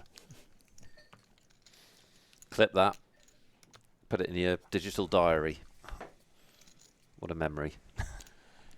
One of the best days Do you remember of my the life. first time I said your name? I said my name, yeah. Was it? Yeah, one of the best times of my life. Oh, thank you. I appreciate that. Do you remember the first time I said your name? No. Oh.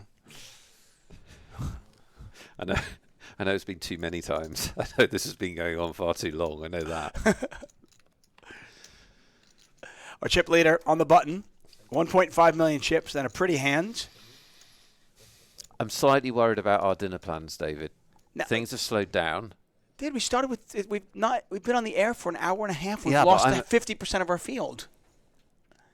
We only need to lose 18 today. We've lost 9. The place I want to go has this amazing aubergine dish. It's so It's nice. 6 p.m., dude. Okay, fine. I mean, we've I'm lost just a little 9. nervous. We've literally lost we've lost 1 every 10 minutes. Okay, so we're on pace. We're on pace to finish in 3 hours. Okay, that's good by me. I'm fine with that.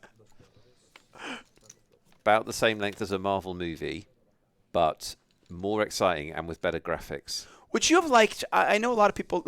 Gosh, I know a lot of people. I know a lot of people don't like to 3-bet out of the big blind, or if they do, they want to do it with a very polarized range, meaning the very top of their range or bluffs. But what about like it's a button open, and you've got ace-10 suited on a 44 big blind stack? What are you doing there? This deep in a tournament, I don't like 3-betting this type of hand because I mean, you're going to isolate yourself to stuff that is dominating you, right? So, for example, when you 3-bet this hand right now versus the chip leader, he's going to fold the hand like ace-9 offsuit, for example. He's going to fold the hand like king-10 offsuit, and he's going to continue with ace-jack plus. So, Isn't he opening so wide on the yeah, button? I know, but like then you pick your low ace-x, right? So you pick your ace-deuce to ace-5 because then you accomplish that of attacking the chip leader that's attacking you. Okay. But also you get all of those dominating hands to fold because basically like you want to 3-bet here like ace-queen, ace-king, and then the very low aces because ace-queen, ace-king still get called by ace-jack, ace-10. Ooh. Such a monster flop from Remy, and somehow Yuri was able to find a 10 that's not a club. Yeah. Sorry to interrupt you there. It's just an interesting river card. No So problem. you would be a little bit more polarized then, you're saying? Actually, Yeah, with your- it just makes sense, you know, because basically, like, let's say you 3-bet ace-10, and then the flop comes ace something something. If the money goes in, he probably has the aces that beat you.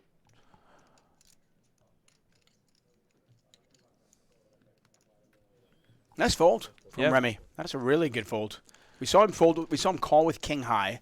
See him fold what was top pair on the flop with a flush draw. Just a monster flop for 7-6 of clubs, and somehow Yuri was able to find a 10 on the river and stack those chips. Let's take a look at our chip count. 888 Live. We're in Barcelona. It is day 3 coverage. Remy, our chip leader with 1.4 million. Botez, our short stack. Still fine though. 14 bigs. Not fine. I actually think one of the maybe you could talk about this a couple later. I actually think one of the biggest mistakes tournament players can make is panicking too soon. Like you're agree. not as short as you think you are. You're Exactly. fine. Yeah. Really? Yes, Look sir. at Nick's panicking. I'm panicking for You Alex. don't have to panic. Look at all the chips everyone else has yeah, got. it doesn't make a difference. Really? No. Oh, It doesn't matter yet. okay. I just feel like we'd feel better if she had a load more chips. My 2 biggest career scores, I came to day 2 with less than 20 big blinds. Both of them. Both times, Yeah. really? I mean, Greg Merson won the World Series of Poker main event. When they hit the money, he had 2.5 big blinds. Yeah. Good for Greg Mercer. It matters what How you does have that- at the end. how does Not that- it. How does that help us? No, but I do. I mean, obviously we're joking here, but I do think that one of the biggest mistakes a lot of inexperienced players can make is panicking too early. whether it's with 17 big blinds, even like 9 or 10 big blinds, you still have fold equity with that I stack. agree. Yeah. Especially live. Right. Especially live. I mean, I've seen Phil Hellmuth fold to a 4 big blind shove. I've seen him raise fold a 7 big blind stack. Phil's an interesting chap. Yeah, but I think just surviving in poker tournaments is more important than it looks like, and it's really fast. In 20 minutes of good cards, you can be the chip leader, even if you have like 10 big blinds now, you know. And the other way around. I mean, we saw Alessandro. Alessandro was the chip leader, and then in 20 minutes he busted. Yeah, right, exactly. Yeah, Remy. He would have thought, I'm cruising to the final table, everything's great, Exactly. and now he's at home. I think Remy, when we first started, I think Remy only had like 350,000 chips. Yeah. So.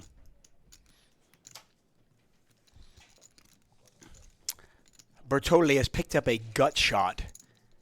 Nuno would have to make 2 pair for that to happen.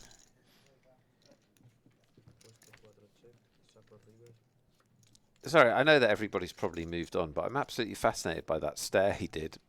Basically because he hasn't done it since. Like one of the first hands of the day, he was just staring Remy down. Well, he had Remy covered then. He's not going to do it now. He literally only does it when he has you covered. And beat. But why isn't he doing it now? He's not in the pot with Remy. You want No. to stare at Remy when he's not in He the pot only with him? does it with Remy, though, is my point. Yeah, I That's said part of my point. I think so. He That's a hasn't nice done it value with bet. anyone else. By Nuno. Nice value bet, says Cavalito. Slash a bit curious because he didn't value bet ace king on the hand before, and now he's value betting 10-9. But Yeah, this is really weird. yeah. Mike Harrow's law of loose wiring. You guys know what that is? Nobody, I mean, yeah, I do. I'm the only, there's 4,000 people. I know. I'm There are gonna share. 4,000 people in the BotezLive I'm about to chat. share. Okay, good. Do you want to share or not? You go ahead, please. It's unbelievable. First, can you tell people who Mike is? When you say sorry to interrupt, by the way, you definitely don't mean it. No. Like that's one of those bullshit sorries that people put out there. You don't mean it 100%. at all. You just want to interrupt. Yeah. Yeah. Yeah. Go ahead. Who's Mike? Tell people who they Mike Harrow is a man that wrote books about gambling many, many years ago, and he was very interested in human psychology, and a lot of what he wrote was garbage. However, one of his ideas is absolutely right, which is his point was human beings are not consistent decision makers, Yes. which makes poker very difficult because also creates opportunity because they make mistakes they shouldn't make, but poker players will make a different decision with the same game conditions the I second agree. time around, Yes. which is a very, very interesting phenomena. So you said, like, here he value bets, and it's a good value bet. Last time it was an obvious value bet, and he didn't make it. Not exactly the same situation, but it's interesting that players are not consistent. But now people just blame the randomizers. Oh no, in this hand I randomized an I aggressive randomized, action, yeah. and then this hand I randomized a passive action. No, you just, like, had a lot of, like, vibes Yeah. in that hand and did something different. So this is really an argument for analysis when you're in a hand, and actually an argument against trying to read people, because it's hard to read people because they themselves are not Yeah. consistent and predictable. See, did you enjoy that, David, once you got to hear it? After initially dismissing it and belittling it, it was good content. I'm sorry, what? You done? You're the only person that didn't enjoy it, and you have not enjoyed it out of spite, and you have robbed yourself of an enjoyable 3 minutes. And that's the story of your life. You get in your own way.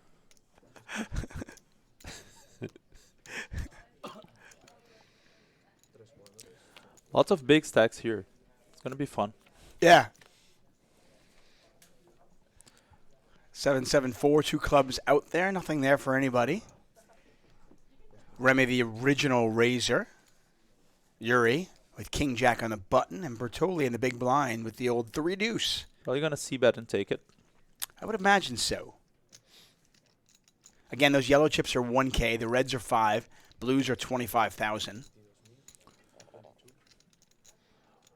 By the way, I tend to get too technical, so at any point, chat, you guys can just tell me, I didn't understand what you said. Please, like, explain it in different terms. Because, for example, c-bet is something that we say automatically here, but if you're coming from chess, a c-bet is nothing more than a continuation bet. I mean, if you are the pre-flop raiser, if you are the person that raised pre-flop, when you saw the first 3 cards, you did the continuation bet. You continued with the aggression, and we call it c-bet. But yeah, it's just that. Back in the day, it was really that simple. Like if you literally taught somebody new to poker, said, okay, only play these hands, like only play the top 15% of your hands. Yeah. Either raise or fold, and always c-bet. You could probably beat small games. Just that alone. You could probably even beat tournaments back in the day with that. Having a look at the outer tables, we are down to 17 players. By the way, we're going to go on a break in about, say, 8-9 minutes to combine to 2 tables. Yep. Me and David will be sorting out all of the chip stacks and moving the players across. The work never stops. Nothing for free in this life unless you play today's 888 Poker TV special free roll. Oh my God, you're so good. Get hyped. I'm hyped. At the top of the hour, you can play for your share of $500 on 888. It's free. I'm dancing. Hype, hype, hype. Doesn't hype. matter if you've never played poker before. If you've played poker every day for the last 8 years, you're all welcome. You go to 888 Poker, you find the 888 Poker TV special free roll, and your password today, up all night on this one. Yeah? The password today is Barcelona. That's a difficult one. It's a difficult one. Yeah. Yeah, it was going to be something different, but after I forgot where we were, they decided we should make it Barcelona. Yeah. Just to remind David Tuckman where we are. We are in Barcelona for 888 Live. And the reason he forgot where he was is because of the first drink last night that became a compounding mistake. Compounding error, yeah. And it actually rolled over into the next day as well. So, like, it's a huge compounding error. So play the free roll, and it doesn't start for a little while, but you can register right now. And later on, if you're doing well, you'll tell us in chat. We'll give you a shout out. We'll sing your praises, and you can also win some money. You'll have some fun. Get involved. I want to welcome all of you to our stream, whether you're watching on BotezLive or, of course, if you're watching on our channel, 888Pokertv. Thank you for being here. Currently a little bit after 6 o'clock here in Spain. As Nick mentioned, the free roll starts in just about 45 minutes. Registration is open right now. We still have a lot more giveaways. We've had 4 giveaways already, but we have 6 more to go. And we've got to do it relatively quick. We're down to 17 players, Nick. Mm-hmm. I mean, unless you want to miss dinner. We're not missing dinner. Okay, well. We're doing giveaways while we're having tapas. That's fine. I can do this on FaceTime or something like that. I can WhatsApp in. Hey, our faces aren't on camera. We could be anywhere. Good point. I'm not going to tell. Yeah, thank you, Alex. Appreciate it. So World Series of Poker coming up in just a couple of weeks. Are you planning on spending some time in Vegas for it? Yes, I'll spend a full month there. Full month. When are you going to go? I'll arrive on June 14th, and then I'll stay until the end, so a bit over a month. The first 2 times I went there, I stayed for a month and a half, and both times I played more than 50 tournaments. Wow. And yeah, I Were think you burned that's out by the end? I think the biggest and most important part is I was burned out by the main event. So I think the main event is so valuable that, okay, you can go for the full series, but you have to schedule some breaks, schedule some time off. I'm really bad at that.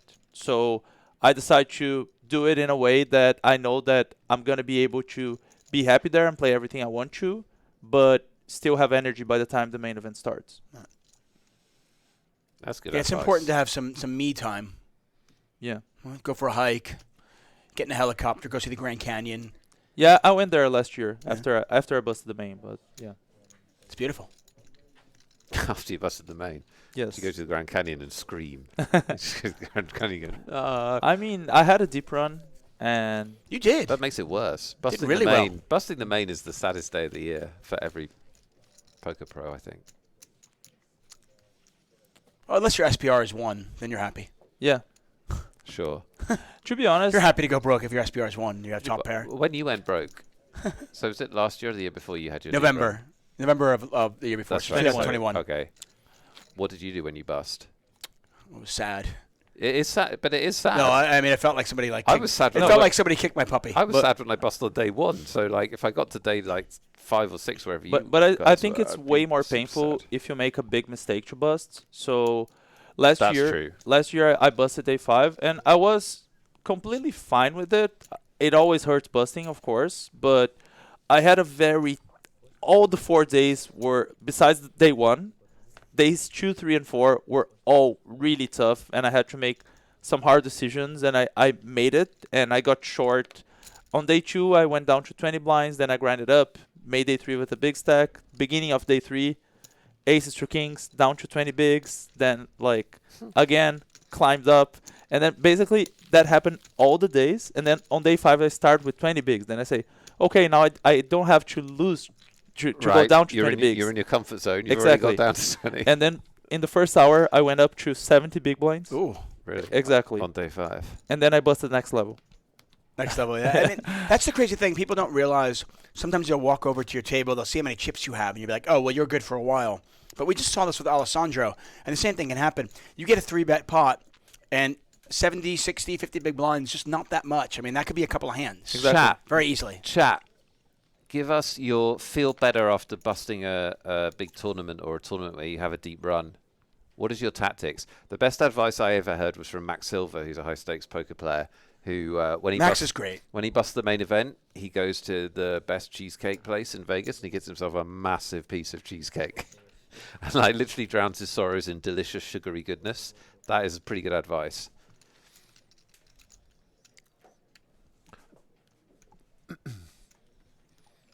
My wife has a standing rule in our house when something bad happens like that. She said you can be miserable for 48 hours. 48 hours? She said you can be That's miserable. very Yeah, you can be generous. sad for 48 hours and then get over it, move on. Let's That's go. very generous. Yeah. Wow. Interesting You rule. can mope for 48 hours. That's only only if I make a deep run. If I get knocked out in like day 2, she's like, okay, good, let's move, let's go. Who cares? You're not emotionally invested yet. Lou Yeah. recommends a massive cup of beer. Andre says go for a run. A run. Yeah. Run out the frustration. Ace high flop here. Muri with ace jack on this ace 8-4. Very dry flop. When I say dry flop, I mean there's no draws out there. You see there's a rainbow flop, so there's no flush draw. And there's really no straight draw, except for the 5, 6, 6, 7s gut shots. So this would be a dry flop. If I say a coordinated or a wet flop, you're talking about one that has a lot of draws. Yeah. And depending on the texture of the flop, that will dictate your sizing of your bets, right, Cabalito? lot of Yeah, times? that's a big factor. Basically, bet sizing is something that's very difficult in poker, and I mean, I'm a full-time pro for 7 years, and I still have a lot of doubts, and I have to look through hands and study about it. But yeah, one of the factors is how wet is the board, as Tuck said, right? And then basically who has stronger hands in that board and who has the nuts in that board. So to simplify it a bit, those are the main factors that will dictate your bet sizing. But then it gets different if you're starting the hand with 20 big blinds or 50 big blinds. So yeah, because the ranges also impact that, right? So for example, when you have 20 big blinds, you're going to play some hands. When you have 50 big blinds, you're going to play other hands, because when you have 20 big blinds, sometimes you go all in with some hands that are not going all in with 50. So there is a lot of stuff. Poker can be really easy and really complex, basically. But Isn't that the great thing about the game? Yeah. It's so easy to learn. Like, it's so easy to learn, but to get good at it, I almost compare it to an onion, where it's just you peel back, you start peeling back, and you realize there's just layers and layers and layers. yeah. You know, Also, are you in position or out of position? But really just simplify it. I mean, if you're starting to play poker right now, if you C bet, right? If you continuation bet a third of the pot, that's probably good enough for most boards that aren't super connected. We might be going on a break right now. I'm not 100% sure, but we can see that Remy has our chip lead with 1.6 million. Nick Wealthall alongside me, and of course, Alex Montevano offering some great poker analysis. Players going to take a very quick 10-minute break as we consolidate the tables. When we come back, more action from 888 Live Barcelona. The first time I went to Vegas, I played 50 tournaments in 40 days. I really wouldn't recommend that.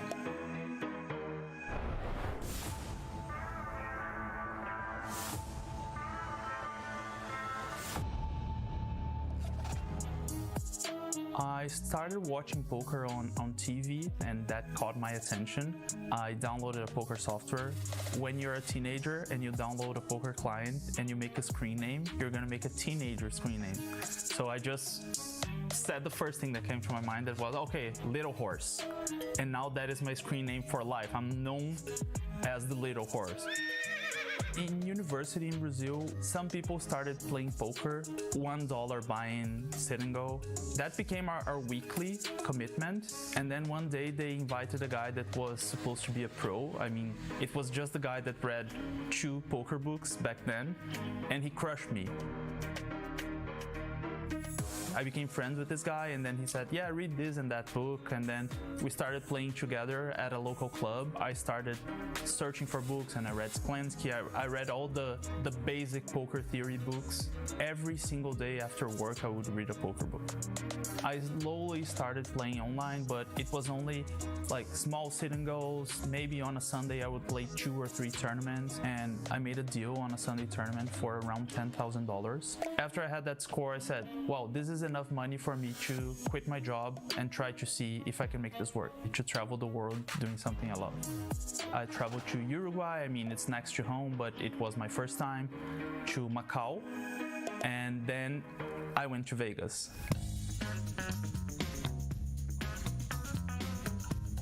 Vegas, baby.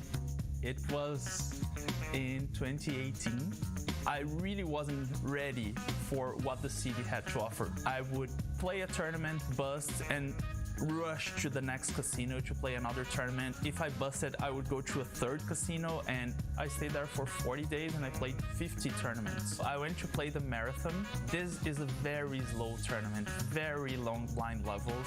I busted 3 hours in. Maybe today I'm just gonna go home and relax and not play another tournament. And then I found a Brazilian guy. He's a recreational player, but he's quite good. And he said, there is a big tournament going on in the Venetian.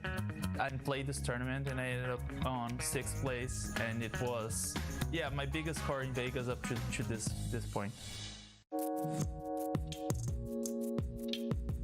I'm excited about returning to Vegas and playing in the main.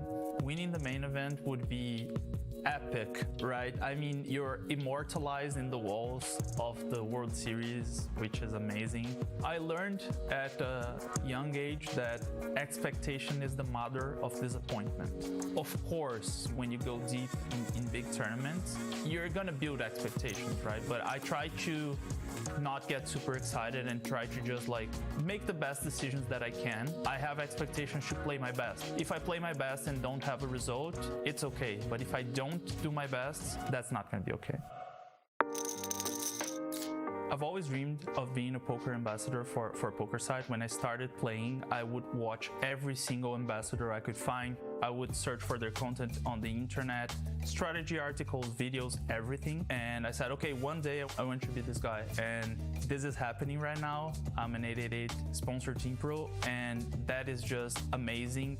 I'm very close to the Brazilian poker community. I'm on Twitch all the time. People talk to me. They're open with me because of the way that I express myself as well. Like, I always talk about the mental game and how I feel in spots and how I prepare for things. So it's kind of new to me, this partnership with 888 Poker.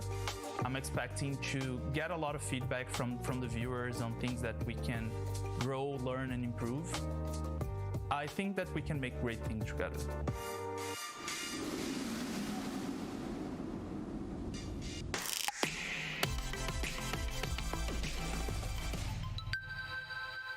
So this is an $11 tournament played on 888. We did part 1 of this review like a couple of months ago.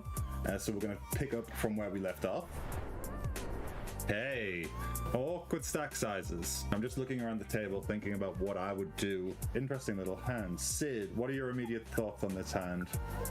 Yeah, so really nice hand. A couple of things that we can do. I think we're early enough, and there's 3 really enticing rejam stacks behind.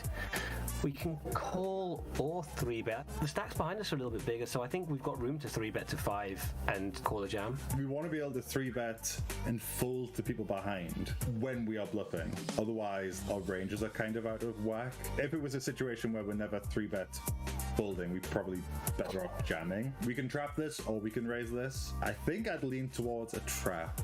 It depends how close we are to the money and things like that. Looking at villain 17, they have the chip lead, so they've got all the reasons to try and put pressure on us, and they may not see our call as strong. They might just see it as medium sort of strength, which is fair because we will have medium strength hands that will call and then fold. Things like ace jack suited, things like pocket eights, stuff like that. So we want to protect that part of our range. So if we flat and villain 17 calls as well, and then we hit a not particularly favourable flop, how do you tend to play these big hands when you're out of position? Well, we'll be sandwiched, right? I have a leading range, is what I would say. We know that when we press the call button here, we have pretty strong hands. We have pocket eights. We have ace jack, suited, offsuit. We have ace queen, suited and offsuit. We have slow plays, like pocket aces, like pocket kings. So when we press the call button, whether our opponents know it or not, we have a strong range. So when we get to the flop, a lot of flops will have an equity advantage. So if the board just comes deuce 5-5, we have a really strong range. We have a lot of the overpairs like pocket sevens to pocket jacks, say, plus aces, plus kings. The rest of it is our ace high hands that are likely best a good chunk of the time. And a bunch of those hands want to deny equity. So if the board comes 5-5-2 and it's 3 ways and we have pocket eights, a 2 big blind bet is going to be really favorable. Worse hands can call and equity can fold. So I definitely have leading ranges in situations like that. You do 3-bet and everyone folds. Like, I don't hate 3-betting because we can just get it in with kings. Sid, what hands would you bluff from here? At this stack depth, I'm 3-betting, let's say something like 9s through queens for value, ace king through ace 10 maybe, Okay. Some suited broadways, and then I might 3-bet hands like ace 5 suited. Suited kings are nice 3-bets as well. There's one of these very cool things about tournament poker where stack depth and positions can just change things so drastically. If we button against a cutoff open, you can do a lot more wide 3-betting with hands like king 6 off or random ace x hands, just because you're in position and you're using blockers really nicely. Interesting little discussion from what seems like a reasonably innocuous hand. Yeah, definitely, because I think sometimes you can learn some very straightforward things like kings are good and raise them, and then and then never go back to the more intricate stuff around it. For sure, for sure. The range is what's important. Queenies again. Ooh, and Villain 12 uses another... They've changed their sizing. Last time they went 5 bigs. We're in position against Villain 12. This is only their second 3-bet. They've been on our radar all tournament. They've been popping up with all kinds of plays. But if I'm not mistaken, this is only their second 3-bet. You go for a sneaky flat call. What do you think of this, Sid? I think out of position, I'm just 4-bet shoving, but in position, I think there's room to try and play it post-flop and see if we can get a bit more out of them. There's lots of stuff that they 3-bet fold that I'd quite like to have another street against. Fair, yes. I think in practice, I'll probably do both. I'll jam and I'll slow play. So yeah, I definitely don't hate flat calling. What's your inkling on this board? I'm happy to get it all in. Yeah, I've lost my nerve now. I've seen overpair, SPR less than 2. I've seen all the cards I want to see. The times I do flat call, yeah, I'm gonna 2-bet jam here. They can still call with ace x, and they can call with any pocket pair that's 3-bet that's worse than our queens. Ooh, they do call.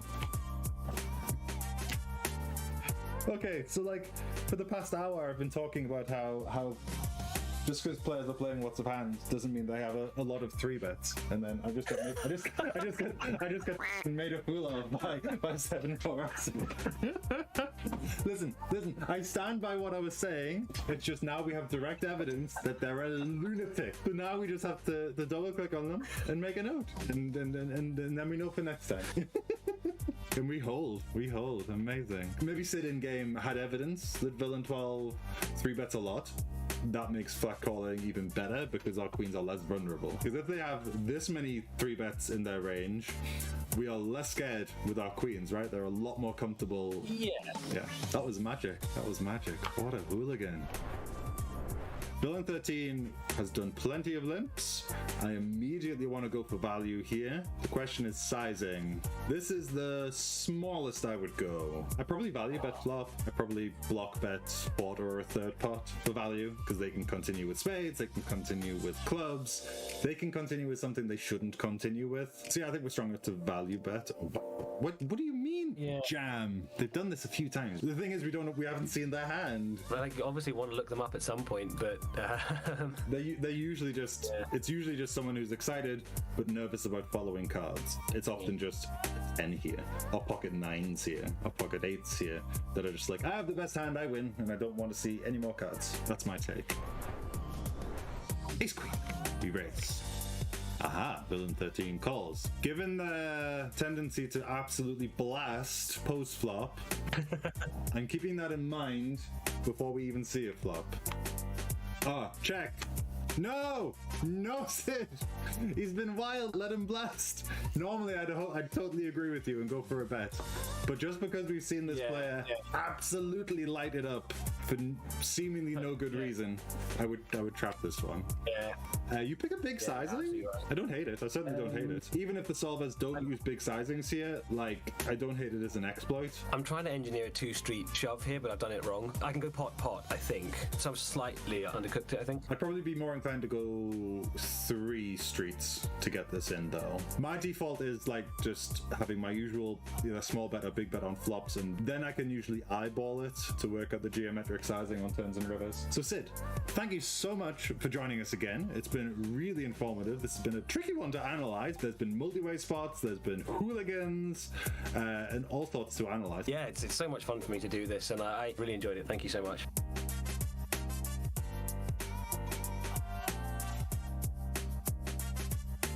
Normally at 888 Ride, we pick poker players up and we take them to the World Series of Poker. Today, we're pretty lucky because we have one of the best poker players in the world, Patrick Leonard.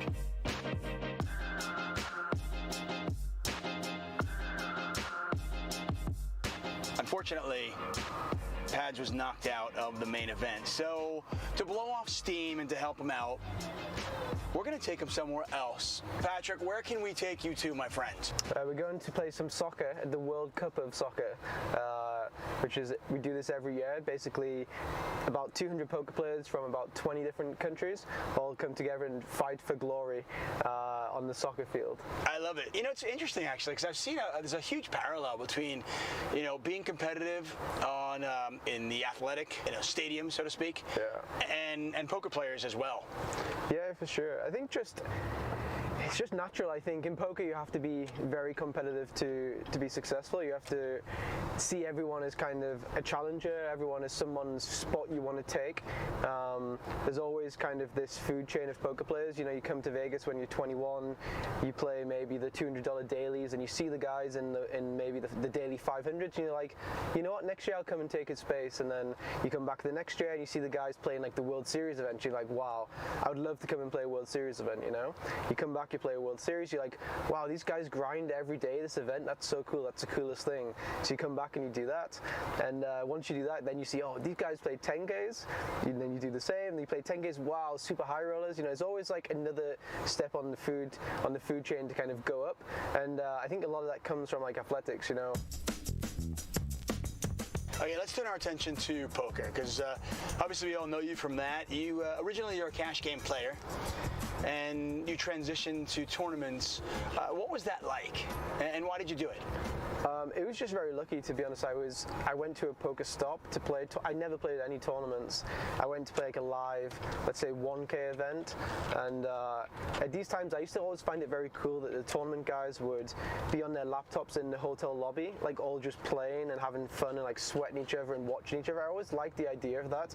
I never was into tournaments, but I liked the idea of there was this group of guys all together in the lobby kind of playing, like all really focused on their laptop, and then when someone was deep, everyone was really excited for them. So I got my laptop out, I played, and I won, I think, 4 tournaments that day. That day? Yeah, just like really lucky. I was very bad. I had no idea. I was going to say, yeah, you any idea what you're doing? No, not really. Not really. I was just winging it, but I was getting very lucky. The main event. Okay. For a lot of people out there, they look at it and they go, well, you can't get eliminated in day one. You've got 60,000 chips. You've got so many chips, right? I mean, day one, only like 25% of the field gets eliminated in day one. Yeah. Yet, you never think that a great poker player gets eliminated, and we see it each and every year. For sure. I know Daniel Negreanu was eliminated on day one. I know Phil Ivey was eliminated on day one. And surprisingly, you were. How does that happen? I think first of all, you should be all in a lot on day one as like bluffing. Like a lot of people, like you said, people don't want to bust on day one, so you should be putting people to the test a lot. You can't. A lot of people say you can't win the tournament on day one, but you can get, gather a lot of chips. You can get a big stack ready for day 2, ready for day 3. Before I drop you off for some blowing off steam football World Cup, I have one more question for you, and I hate to bring up the painful exit of the main event, but for somebody like you who plays so much and plays a lot of big tournaments, does it hurt more to lose the main event? I mean, the boring answer is really just that it's so unlikely to do well that I don't go in with expectations, really. Like, I just go in thinking, okay, well, I'm going to probably not win this tournament, right? There's 10,000 people, so I don't really, no.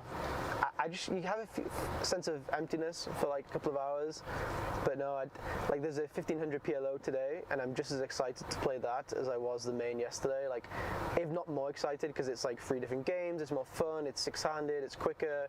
So like, if anything, I'm even more excited to play today than yesterday. I think you always just have to be focusing on the next tournament, really. There'll always be another main event, I'll be there next year, I'll be there the year after. Hey, Patch, thank you so much, man. No, thanks for the ride. Ubers are expensive here, so it's good.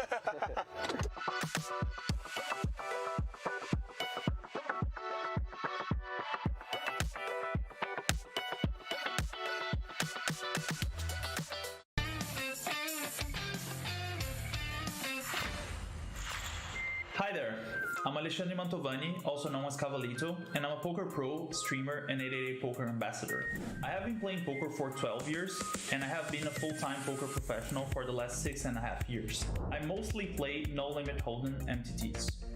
Bounty tournaments can be a lot of fun, but don't make the mistake of playing them like any other tournament. Here are 5 tips to make the most of bounty events. Bounties change the pot odds of all in hands. In a bounty tournament, when you buy in, half of the money goes to the regular prize pool and half of the money goes to the bounty prize pool. That bounty half only comes into play when someone shoves. So imagine that whenever someone is all in, that's virtually adding chips to the pot and increasing the pot odds. It makes it more attractive for anyone who covers them to call. This should change both how wide you call and when and where you shove all in. Don't tighten up when you're short in a bounty event. When you're a shorter stack, people are gonna come after you to get your bounty, and that makes most people play a much tighter strategy overall. People are going to be coming after us with weaker hands trying to get lucky. The best way to play against weaker ranges is widening our value range. So, if in a certain situation the weakest hand you normally go all in with is ace-jack, consider adding ace-10 and maybe even ace-9 to your range. If the worst pair you'd shove with in a given situation is 7s, consider adding 6s, and so on. Playing a bounty event as a big stack. When we are the big stack in a bounty event and cover everyone at the table, we should be playing a more aggressive strategy. We should always try to put our opponents all in, both pre and post flop. People usually adjust by playing tighter against covering stacks, and that's not the right adjustment. So we'll manage to accumulate way more chips by people folding too much. We will also be in a position to hunt the bounties more often without risking being covered by the other players. Playing a bounty event as a short stack. When we are the short stack, we're gonna get a lot more action in general, so we should be choosing hands with good playability. and we shouldn't be afraid to get our stacks in the middle with slightly weaker hands than we are used to. I bet all of you have gotten called by crazy random hands when you were short in a bounty event. So don't be afraid of getting it all in, lighter than normal. Also, the upside of doubling up, covering more players, and going for their bounties is huge. Pay jumps are less important in bounty tournaments. Since only half the buy-in goes to the regular prize pool and half of it goes to the bounties, often the first payouts of bounty tournaments are very low compared to the buy-in. That means you shouldn't be focusing only on making the money and getting through pay jumps, but also knocking people out. That's a huge part of making money in these tournaments. Remember that when you win a bounty tournament, you also get your own bounty, so make sure you have a good one. I've seen a lot of people blowing up their stacks on the bubble because they think they can play extremely aggressive.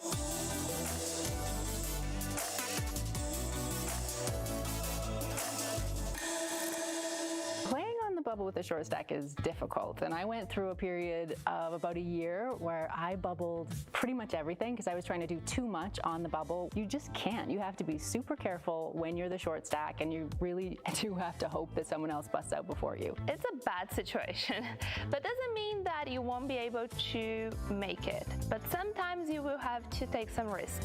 If you want to raise a hand, instead of raising, I would advise you to open shove the hand. You don't want to induce when you are in the bubble if you are short stack. There's a very simple advice that I don't know why people don't do it, but you have to stall a bit. The more time passes, the more likely someone else is to bust. So I think that stalling is a very underrated thing. If the field size is very big, you just got to be patient because there'll be so many other tables where people will be making mistakes, just going out on silly bluffs, silly 3-bet jams, things like that. So you do have to play tight because other people are going to make mistakes and you'll get into the money. I've seen a lot of people blowing up their stacks on the bubble because they think they can play extremely aggressive.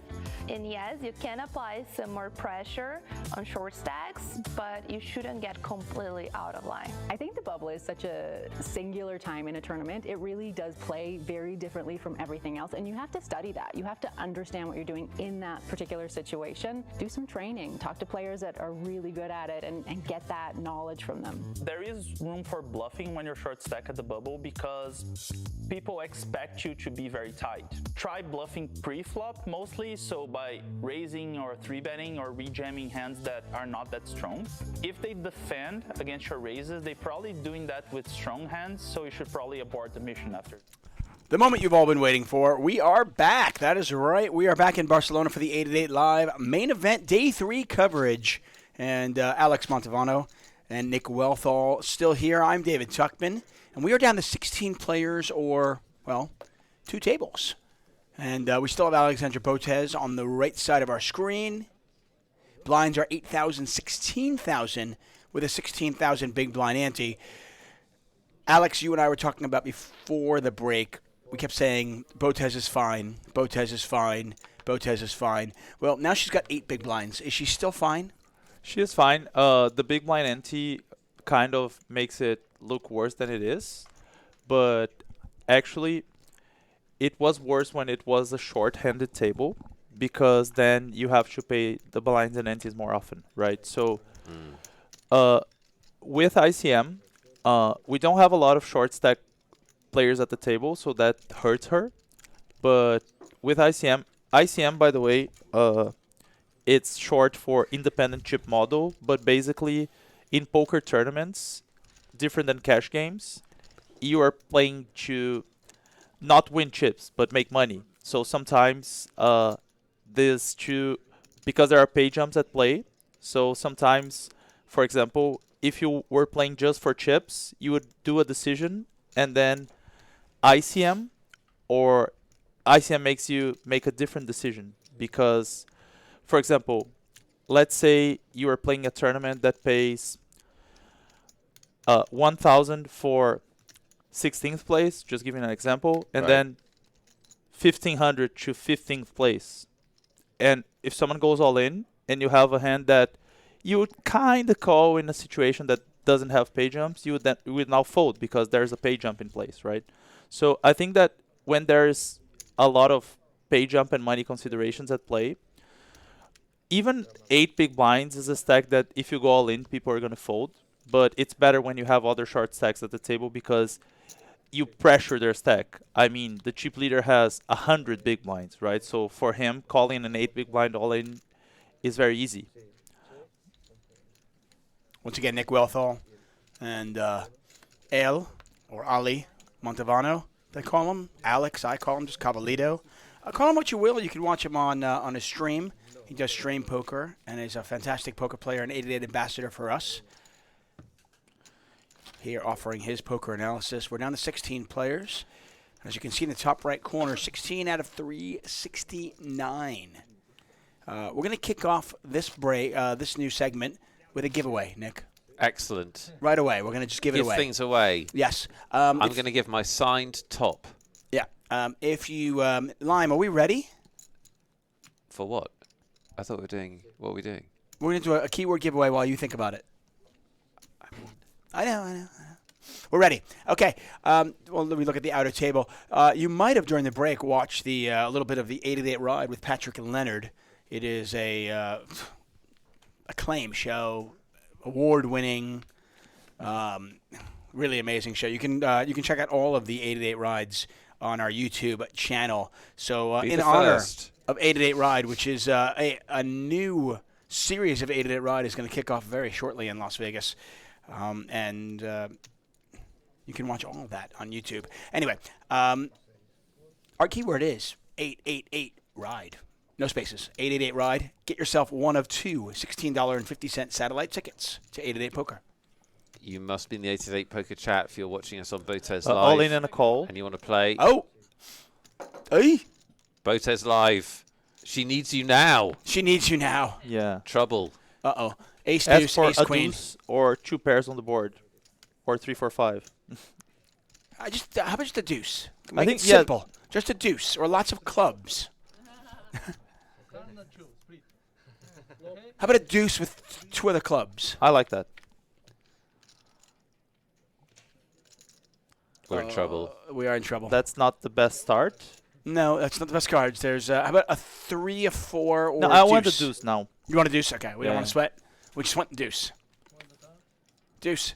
Okay. Jack or we 5 have for a more chop. outs. Yeah, Jack or 5 for a chop. We take a chop. We really take a chop. Plenty of ways out of this. And the rivers. Oh. Boo. Boo. That sucks. Yes, Yeah, Botez has been Botezed. She self-Botezed. Nothing she could do. 8 big blind. She's got ace deuce in the big blind. She goes with it. Still great run, right?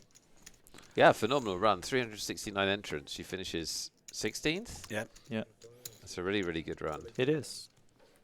Well above what anyone would expect when they enter, but she barely put a foot wrong in terms of what we watched her do. Possibly the last hand. In fact. Yeah, I think the last hand the guy opened and she rejammed, and this guy is playing kind of tight. So, yeah. But it is really tough when you are that short. I would personally just call. She was on the big blind, so I just like call and just jam good flops for me. Or check jam, check call. If I hit the ace, I'm check calling because it is a board that people get Also, aggressive. a little stop and go. Yeah.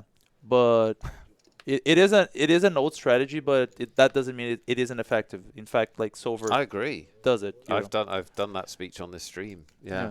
Stop and goes can definitely be effective. By the way, you mentioned pay jumps and stuff. She did ladder up, and she does get 5,000 euros for that 16th place finish. That's quite nice. Yeah, definitely. Yeah. So we got some good tapas tonight. Yeah. And she honestly, I hope she had a good time. She played great. Every reason to be proud. We, of course, we really appreciate all of you on the BotezLive chat cheering her on. Let her know how great she did.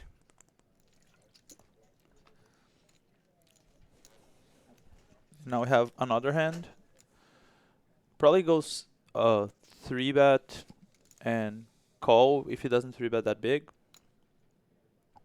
Yeah, Lorilla, by the way. I think people got a lot of start chips. Yeah, people start getting a bit trappy, which I really dislike. which is exactly what he did. He trapped with queens. And the guy has a huge stack. You 3-bet him. Hold on, we're going to change somebody's life. What? We're going to give away tickets. Okay. Here it is. Hex Medusa has won the giveaway. That's right, Hex Medusa. You just